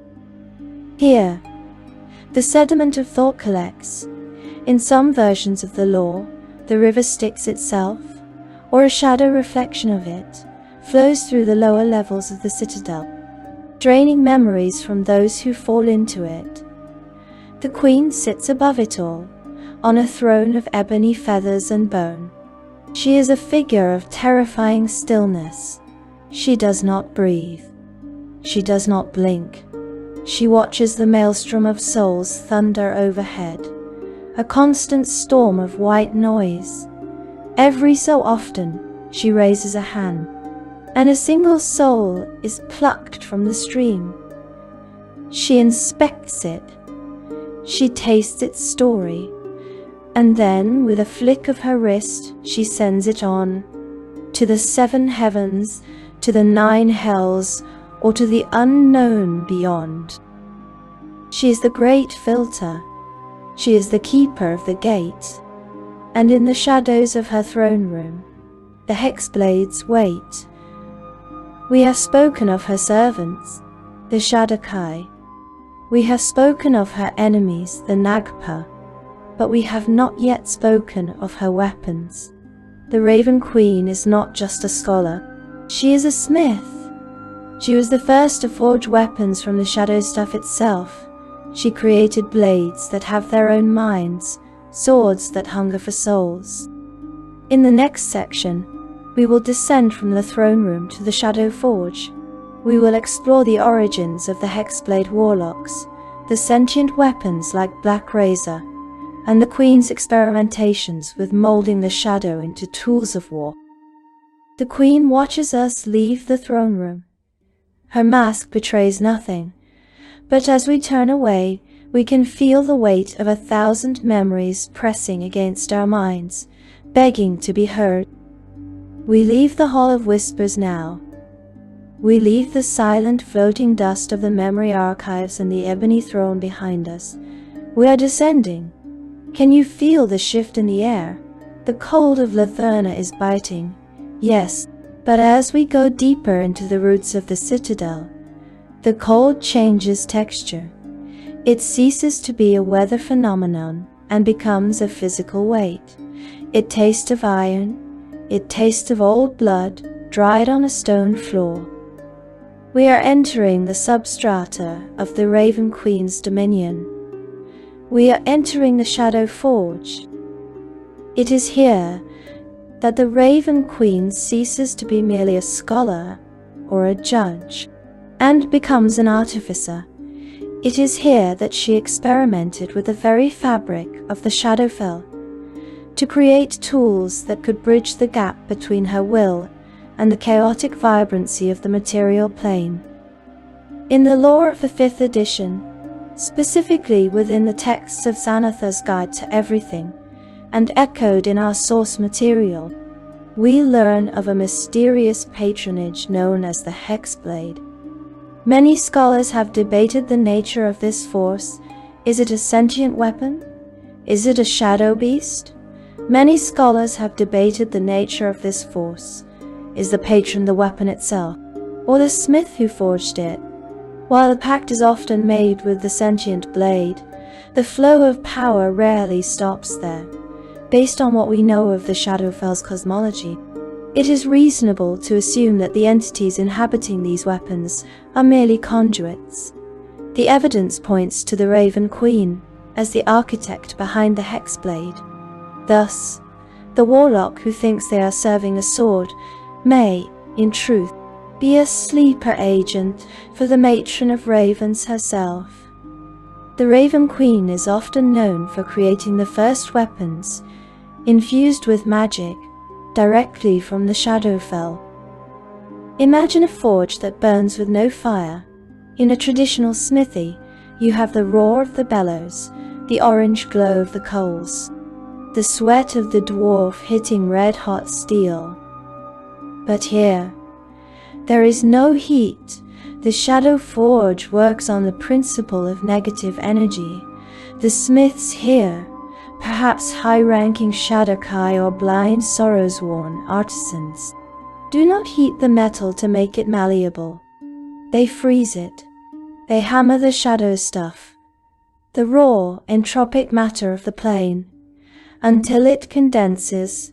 They compress the gloom, until it becomes harder than diamond, sharper than obsidian. They are forging nothing into something. And because the Shadowfell is a place where emotion and memory stagnate and pool, these weapons are rarely just inert bars of metal. When you compress the shadow this tightly, you trap echoes within it. You trap a spark of the plane's hunger. This is the birth of the sentient weapon.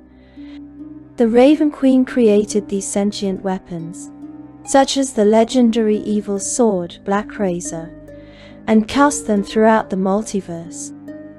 Let us focus on that name, Black Razor. If you have delved into the history of White Plume Mountain, you know this blade. It is a devourer. It is a weapon that does not merely cut flesh. It eats souls. When a warrior wielding Black Razor kills a creature, the sword consumes the soul, preventing it from passing on to the afterlife. Does this sound familiar? It mimics the Raven Queen's own desire to collect, to intervene, to hold. But where the Queen collects memories with a surgeon's precision, Black Razor consumes with a glutton's appetite.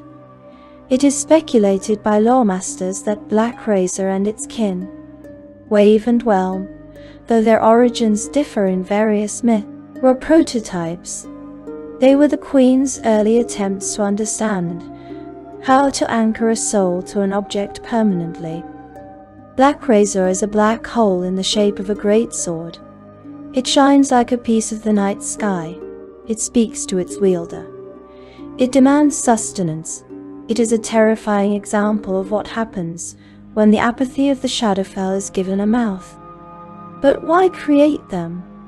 Why would a goddess of the natural cycle, who supposedly despises the undead and those who cheat death, create weapons that steal souls? This is the paradox of the Hexblade. The Raven Queen is a deity of fate. Fate requires agents. Fate requires intervention. Sometimes a thread must be cut before it can tangle the entire loom. She cannot always send a Shadar-kai. Sometimes she needs a sleeper agent. She needs a tool that can lie dormant in a dragon's hoard for 1,000 years, waiting for the exact right moment, the exact right hand to pick it up. These weapons are cast throughout the multiverse. They are her seeds. They are her eyes. When a mortal finds one of these shadow-forged weapons, or even taps into the frequency of the Shadowfell that these weapons emit, they become a Hexblade warlock. They form a pact. But here is the nuance that many miss. The pact is often with the force of the weapon, or the shadow stuff behind it, which ultimately leads back to the Queen. The Hexblade warlock is a warrior who channels the Queen's sorrow into martial prowess. Consider the abilities of a Hexblade. They can curse their enemies. They can rip the specter of a slain foe from the corpse to serve them briefly. This is necromancy, yes, but it is sanctioned necromancy. It is the weaponization of the soul's transition. The Hexblade warlock is not a cleric praying for a miracle. They are a soldier, issued a standard issue rifle from the armory of the dead. They wield weapons that are often manifestations of their own will, shaped by the shadow. These Hexblade warlocks are patrons of hers. She watches through them. Every time a Hexblade strikes down a villain, every time they curse a king, the Raven Queen feels the tremor in the web of fate. There is a specific artifact mentioned in our records that exemplifies the craftsmanship of the Shadowforge. Beyond even the legendary Black Razor, it is the Deathwalker's Ward. This is a set of studded leather armor created for the divine champion of the Raven Queen. It is a vestige of Divergence, a legendary, god-made artifact used during the wars of the ancients. Imagine standing before this armor. It is black, of course, but it is not a flat, matte black. It seems to shift, like oil on water. It is known to grow in power the longer the wielder uses it. It adapts. It learns the wearer's heartbeat. This armor grants resistance to the very damage that defines the mortal experience. It sharpens the wearer's reflexes, but most beautifully, and most theatrically, it allows its wearer to fly on a pair of black feathered wings. When the champion dons this armor, they become a pseudo-angel of the Shadowfell. They become a Valkyrie of the Raven. They soar above the battlefield, an avatar of the Queen's will, judging who lives and who dies. The wings are not biological. They are manifestations of shadow, erupting from the back of the armor, spreading wide to blot out the sun. This is the aesthetic of the Hexblade and the Shadow Champion. It is sleek. It is deadly. It is the beauty of the void. But there is a danger here. We mentioned that Black Razor is an evil sword. The Shadowfell is not a plane of good. It is a plane of neutrality, leaning towards apathy and malevolence. When the Queen forges these weapons, she puts a piece of the shadow into them, and the shadow is hungry. Wielding a Hexblade is a constant battle for control.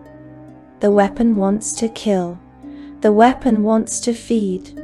The warlock must be the discipline that directs the hunger.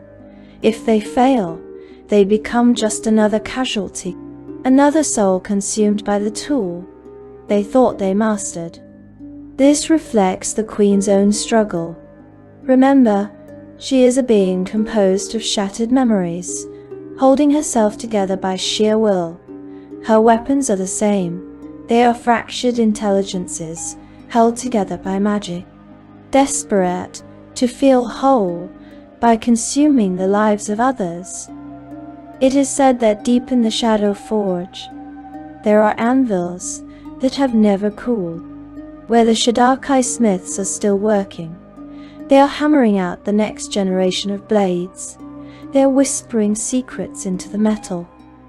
They are preparing for a war that has not yet been declared. And what of the shadow-forged blades used by her warlocks? These are not always unique artifacts like Black Razor. A hexblade can manifest a packed weapon from thin air. This too is a gift from the Shadowforge. The warlock reaches into the air, into the space between moments, and pulls out a sliver of the Shadowfell. For a few minutes, they hold a piece of leatherna in their hand. They cut with the chill of the grave. And when they are done, the weapon dissolves back into mist, returning to the source. The Shadow Forge is the industrial heart of the Raven Queen's influence. It is how she projects power without leaving her throne. She floods the multiverse with curse items, with tempting blades, with armor that makes you feel invincible. She baits the hook. And who bites? The ambitious, the desperate, the heroes who think they can wield darkness against darkness. She catches them all. As we step back from the anvil, the ringing of the hammer fades, replaced once again by the silence of the grave. We have seen the Queen's history, her people, her home, and her weapons. But a goddess is defined not just by what she creates, but by who stands against her. The Raven Queen has enemies, ancient, powerful, petty enemies, who have hated her since the moment she stole the portfolio of death. In the next section, we will look outward. We will look at the cosmic chessboard. We will examine the war of blood and bone. We will speak of the demon prince who wants her throne, and the archlich who wants her secrets. We must speak of Orcus and Vecna. The silence of Litherna is not the silence of peace. It is the silence of a held breath. It is the silence of a bowstring drawn taut. Waiting for the fingers to slip, we have walked the halls of the fortress of memories. And we have seen the Shadow Forge where the weapons of fate are hammered into existence. But why does the goddess of the dead need an armory? Why does the guardian of the natural cycle need champions clad in armor that grants flight and resilience? Because the Raven Queen is a monarch under siege. She sits upon the ebony throne, but she does not sit comfortably. Her domain is the Shadowfell, the echo of the world, but it is a prize that is coveted by the darkest powers in the cosmos. To control the Shadowfell is to control the gateway of the soul. It is to control the filter through which all life must eventually pass. And there are those who do not wish to filter the stream. They wish to dam it. They wish to poison it. We enter now into the war of blood and bone. This is the eternal grinding conflict that defines the Raven Queen's foreign policy. It is a war fought not over land or gold, but over the fundamental definition of existence. Her primary enemies consist of those who stand as patrons of undeath and necromancy. These are the entities who look at the beautiful, tragic finality of death and see it as a flaw to be fixed. They are the cancerous cells in the cosmic body. Among them are gods like Vel-Sharun, the god of necromancy, and Myrkul, the lord of bones. But there are two names that rise above the rest, two names that cause the ravens on the Queen's shoulders to shriek in agitation, two titans of the dark who represent the ultimate heresy against her law. We speak of Orcus, and we speak of Vecna. Let us begin with the brute. Let us look into the abyss. Orcus, the demon prince of undead. In the hierarchy of the Raven Queen's hate, Orcus sits at the very pinnacle. He is her archenemy. He is the natural antithesis to everything she represents. The Raven Queen is lawful neutral, or true neutral in some interpretations. She represents the dispassionate, orderly transition of the soul. Orcus is chaotic evil. He represents the violent, messy, unnatural stagnation of the soul. Orcus is a demon lord, a bloated, bat-winged monstrosity who rules the layer of the abyss, known as Thanatos. His goal is simple, terrifying, and absolute. He wishes to extinguish all life in the multiverse and replace it with undeath. He wants a universe that is a silent, frozen graveyard, populated only by zombies, skeletons, and ghouls who bow to his will. He covets the Raven Queen's position. It is a majorly coveted position, to control all souls that die. Orcus looks at the Shadowfell and sees a wasted opportunity. He sees the billions of souls flowing through the Raven Queen's citadel, passing on to the outer planes, and he gnashes his teeth. To him, she is throwing away soldiers. She is discarding resources. Even though the Raven Queen simply lets the souls pass through, she could do much more with them. Like Nera did, if she chose. Orcus wants to be the new Nera. But worse, he has amassed so much necromantic power that even in the face of the Raven Queen's prominence, many undead see the Demon Lord as their natural ruler. This is a critical point of political tension in the Shadowfell.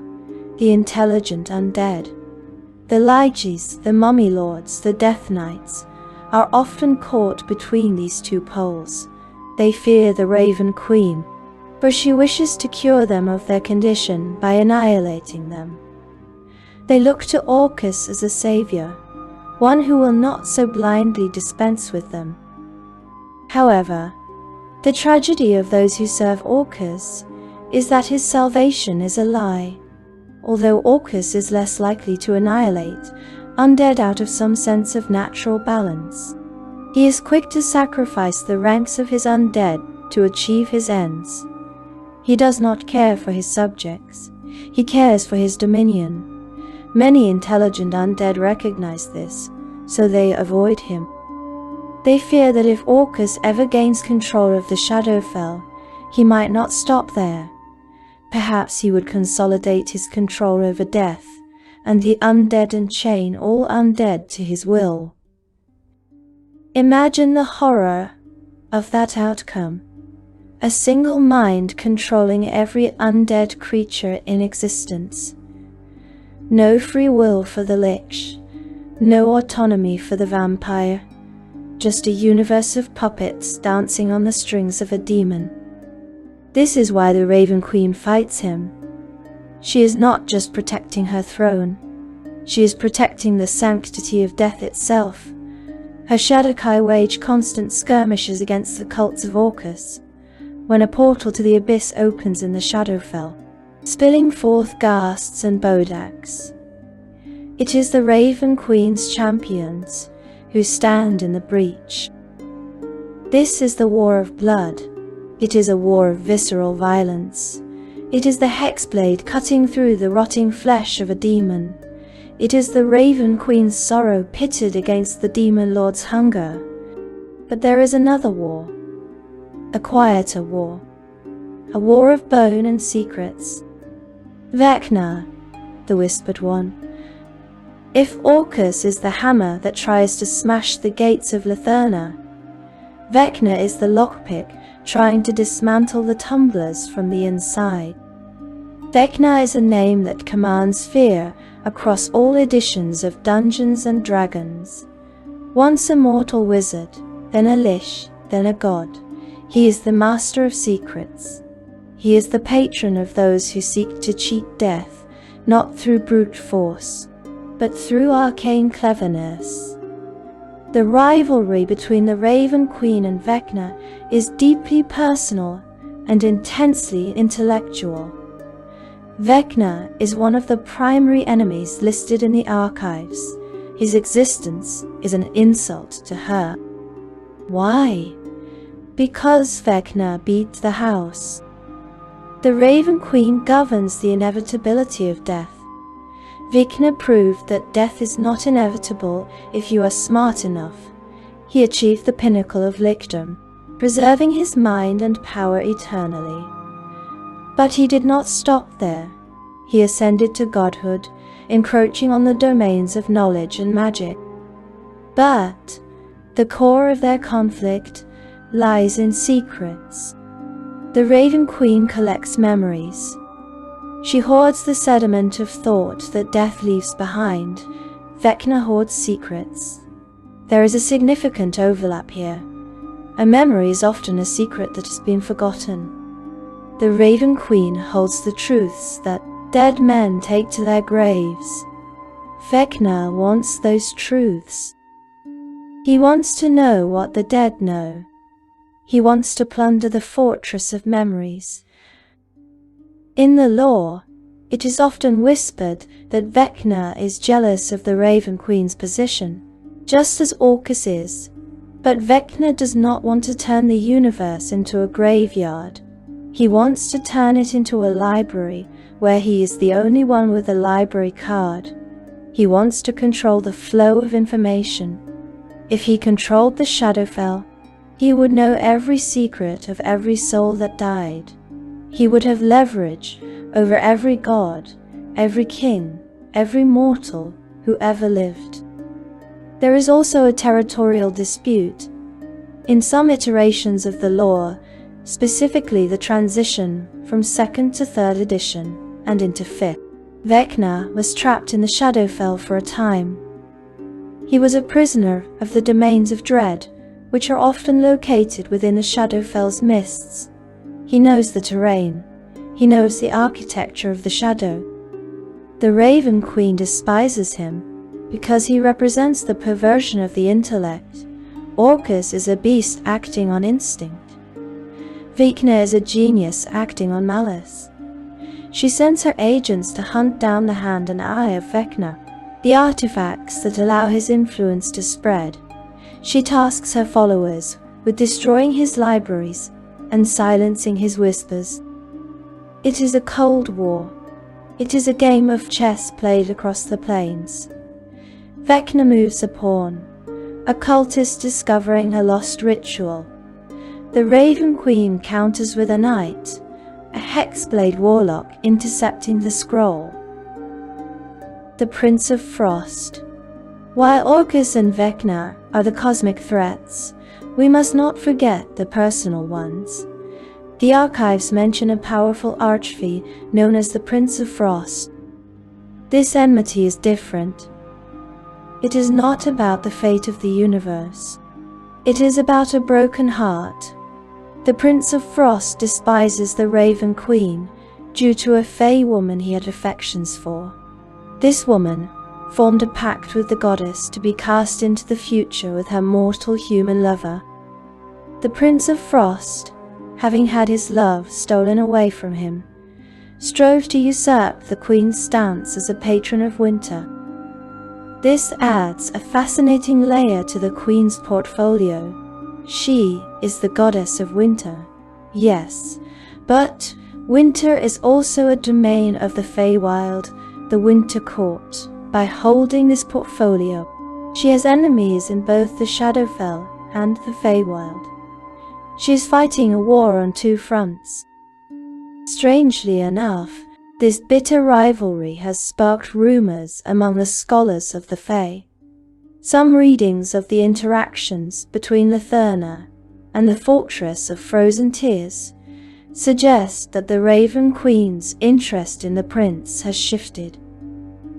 Rather than simple animosity, one might infer that she views his cold, unyielding nature as a reflection of her own. It has been speculated by those who study the politics of the Winter Court that she may even desire him as a champion. Or perhaps, if the bolder poets are to be believed, a consort. It is a twisted, romantic tension that stands in stark contrast to the total war she wages against Orcus. Perhaps she respects his coldness. Perhaps she sees a reflection of her own tragic history in his loss. It is a twisted, romantic tension that stands in stark contrast to the total war she wages against Orcus. The stalemate. So, the Raven Queen sits on her throne, besieged. To the south, metaphorically speaking, the legions of Orcus scratch at the walls, howling for blood. To the north, the spies of Vecna whisper through the cracks, hunting for secrets. From the Feywild, the Prince of Frost sends his icy winds, seeking to reclaim the season of death. And from within the shadows, the Nakpup bear vengeance. It is a testament to her power that she endures. She plays them against one another. She uses the threat of Orcus to keep the other gods from interfering with her. After all, better the Raven Queen holds the door than the Demon Prince. She uses the secrets she holds to keep Vecna at bay, dangling knowledge he craves just out of reach. She is the guardian of the threshold, and the threshold is under constant assault. This constant state of defense explains why she is so distant from her followers. She does not have time to coddle them. She is busy holding back the tide. When she grants a cleric power or hands a warlock a blade, she is conscripting them into this war. She is saying, "Here is a weapon. Watch my back." But amidst this war of gods and demons, there are still the mortals, the ordinary people who live and die and fear the dark. How do they view this beleaguered goddess? How do they interact with a deity who is busy fighting the Prince of Undead? They look to the signs. They look to the season. They look to the birds. In the next section, we will move away from the cosmic battlefield and return to the mortal realm. We will explore the portfolio of winter and fate. We will discuss why she claims the season of ice, and how the threads of destiny are woven in her cold fingers. We will understand why the farmer prays to her when the first frost hits the pumpkin patch. The clash of steel against bone in the war, with Orcus fades into the distance. We step away from the battlefield, away from the political machinations of the abyss and the intricate secrets of the Lich God. We find ourselves back in the silence, but this is not the silence of the void. It is the muffled, heavy silence of a world buried under snow. We must now turn our gaze to the two pillars that support the Raven Queen's throne. The two domains she acquired not through the initial slaying of Nera, but through the slow, deliberate accumulation of power over centuries. We speak of the portfolio of winter and the portfolio of fate. These are not random additions to her character. In the pantheon of Dungeons and Dragons, deities often hoard portfolios like dragons hoard gold, grabbing whatever power is available. But for the Raven Queen, death, winter, and fate are a trinity. They are three faces of the same inevitable truth. Let us begin with the cold. Let us speak of winter. It is recorded in the archives that the Raven Queen is the goddess of death, fate, and winter. While death was her prize for killing Nera, the dominion over winter was something she added later. In the long centuries since she overthrew the Reaper, she has slowly increased her power, weaving the frost into her very essence. Why winter? Why not the darkness of night or the decay of autumn? Consider the nature of the season. Winter is the time when the world sleeps. It is the season of the little death, where the vibrant chaos of life retreats into the earth, waiting for the sun to return. It is a time of preservation. Ice does not rot, ice preserves. A body trapped in a glacier remains perfect, unchanged, a memory given physical form. For a goddess obsessed with memory, with keeping the past from fading into oblivion, winter is the perfect medium. It is the stasis she craves. Some mortals seek her out specifically for this aspect. We are told that while some seek answers to dark questions, others seek comfort in winter's bitter chill. There is a strange, melancholy comfort in the cold. It numbs the pain. It slows the heart.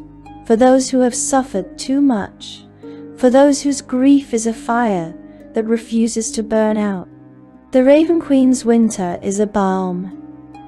It is the promise of a rest that is deep and dreamless. This dominion is fiercely contested.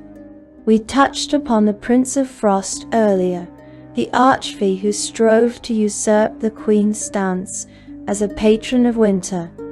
This struggle highlights that winter is not just a meteorological phenomenon. It is a source of divine authority. To control winter is to control the tempo of the world. It is to decide when the harvest ends and when the starvation begins. The Raven Queen's version of winter is not the wild, howling blizzard of the primal spirits. It is the grey, overcast sky of late December. It is the twilight that she also governs. It is the heavy, leaden atmosphere that forces you to go inside, to sit by the fire, and to reflect on what you have lost. But if winter is the setting of the stage, fate is the script. This is perhaps the most terrifying aspect of her divinity. She is not just the executioner who swings the scythe. She is the author who wrote the sentence. The lore tells us that worshippers flock to her hoping to gain some last reprieve from the god of fate, when their final hour would otherwise be at hand. It makes sense, does it not? It makes sense that you would worship the god that decides your fate. In the ancient days of Nera, death was chaotic and cruel. It was a random harvesting. But under the Raven Queen, death became tied to destiny. She introduced the concept that every living thing has an appointed time, a length of string measured out at birth. She teaches that death is not an interruption, but a conclusion. This focus on fate is central to the philosophy of her most devout followers, the Shadar-kai. They believe that nobody truly knows what fate holds. This uncertainty is the engine of their society. Because the script is hidden, they must test it. They throw themselves into danger to see if the ink is dry. Furthermore, most Shadar-kai hold no pity for the dying and try to punish those who defy fate. To defy fate is the ultimate sin in the eyes of the Raven Queen. This is why she hates the undead. A zombie is a creature whose story ended, but who refuses to leave the stage. A lick is a character trying to rewrite the book so that the final chapter never comes. They are creating plot holes in the fabric of reality.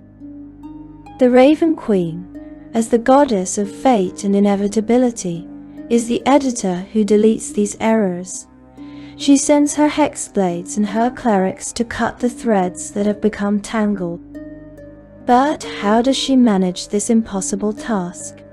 How does she track the fate of every blade of grass, every king, every star? She uses the web of memories. We know she sits in her fortress looking at the memories of the world as though they were glittering jewels. These memories are the data points of fate. By understanding the past, by holding the memories of what has happened, She extrapolates what must happen. Fate, to the Raven Queen, is not a magical premonition. It is a mathematical certainty based on the weight of history. She sees the patterns. She sees that the son of the tyrant will likely become a tyrant. She sees that the famine follows the drought.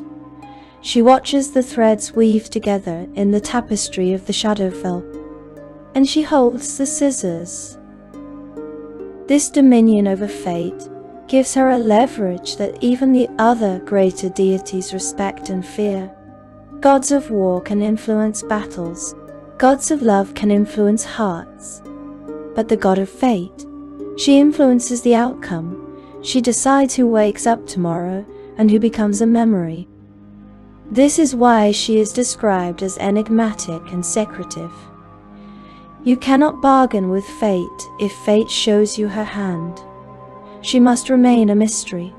She must remain the unknown variable. In the modern lore, particularly in 5th edition, her dominion over fate is often linked to the concept of the raven. Ravens are carrion birds, yes, but in mythology, they are often messengers. They are the eyes of the gods. The Raven Queen uses them to watch the unfolding of destiny. When a raven lands on a windowsill in the world of D&D, the superstitious hold their breath. Is it just a bird? Or is it the matron, checking to see if your thread is running out? She demands that her followers observe her commandments. And what are those commandments? To respect the cycle, to accept that winter must come, to accept that the story must end. To worship the Raven Queen is to surrender the illusion of control. It is to admit that you are a passenger in your own life, and she is the one driving the carriage. It is a terrifying realization, but also a liberating one. If fate is in her hands, then you are free to simply live until the moment she calls your name. She is the final confidant to whom all creatures great and small must one day whisper their final secrets. She awaits that decision to pass into the unknown. Winter preserves the body. Fate measures the soul. Death takes the spirit. These 3 pillars form the foundation of her power. They make her one of the most essential, immovable forces in the cosmos. Kings may rise and fall. Other gods may quarrel and bicker, but the Raven Queen endures. She waits, because winter always comes. No. As we approach the end of our own journey through the mists, we must look at how these lofty cosmic concepts translate to the ground level. How do mortals actually worship her? What are the rituals? What are the omens? We have spoken of history, of wars, of geography. Now, let us speak of the practice of faith. And so, we descend from the icy peaks of Litherna. We leave the cosmic chessboard, where gods and demon princes move armies of souls like pawns. We return to the earth. We return to the mud of the graveyard, the quiet gloom of the chapel, and the hushed whispers of the bedside vigil. We have spoken of what the Raven Queen is. Now, we must speak of what she means to the people who live in her shadow. How does one worship a goddess who offers no comfort? The texts tell us clearly. The Raven Queen gives little to her followers, promising no ease from the worry and giving no answers for the looming questions about life or death. She is not a mother figure who will kiss your scraped knee. She is the cold wind that tells you to stand up and keep walking because the journey is not over yet. Yet, people seek her out. In fact, they go to great lengths to do this. Why? Because in a world of chaos, she offers the one thing that money and magic cannot buy: certainty. Her worship is not found in grand cathedrals filled with stained glass and golden idols. You will not find a choir singing joyous hymns to the Raven Queen in the city square. Her temples are often the mausoleums themselves, or small, nondescript shrines located in the quietest corners of the city. Her holy symbols, the stylized raven's head or the pure white, emotionless death mask, are worn under the tunic, close to the heart, hidden from view. Her worshippers are a specific breed. They include mourners, gravekeepers, and preservationists. These are the people who deal with the physical reality of death every day. They wash the bodies, they dig the earth, they carve the headstones. To them, the Raven Queen is a colleague. She is the one who takes the burden from their hands when their work is done. But there is a deeper, more esoteric layer to her worship. We must speak of the rituals of the brink. While traditional funerary rites are the most common form of worship, ensuring the body is blessed so it cannot be raised by necromancers, there are darker, more intense rituals for those who seek her direct attention. The most famous, and perhaps the most dangerous, is the drowning ritual. This rite is whispered about in the deep lore, and popularized by the Chronicles of Critical Role, which has heavily influenced the modern perception of the goddess. In this ritual, a supplicant is placed under water and brought to the very edge of death by drowning. Imagine the terror of it, the water filling your lungs, the panic of the mammalian brain screaming for air, the darkness closing in. The ritual requires you to straddle the line between the living and the dead. You must knock on the door of the afterlife.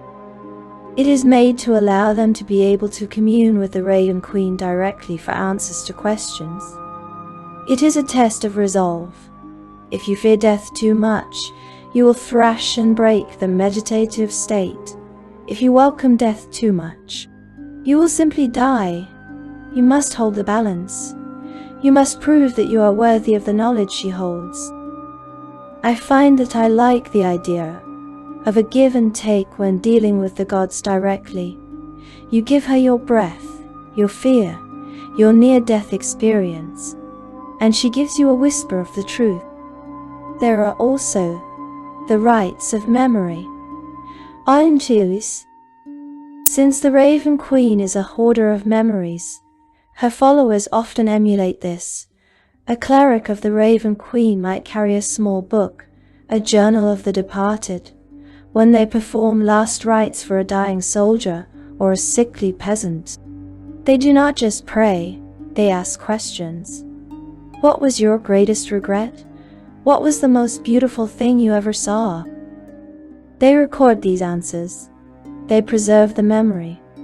And then, in a private ceremony, they burn the page, sending the smoke and the story up to the Shadowfell, a gift for the matron.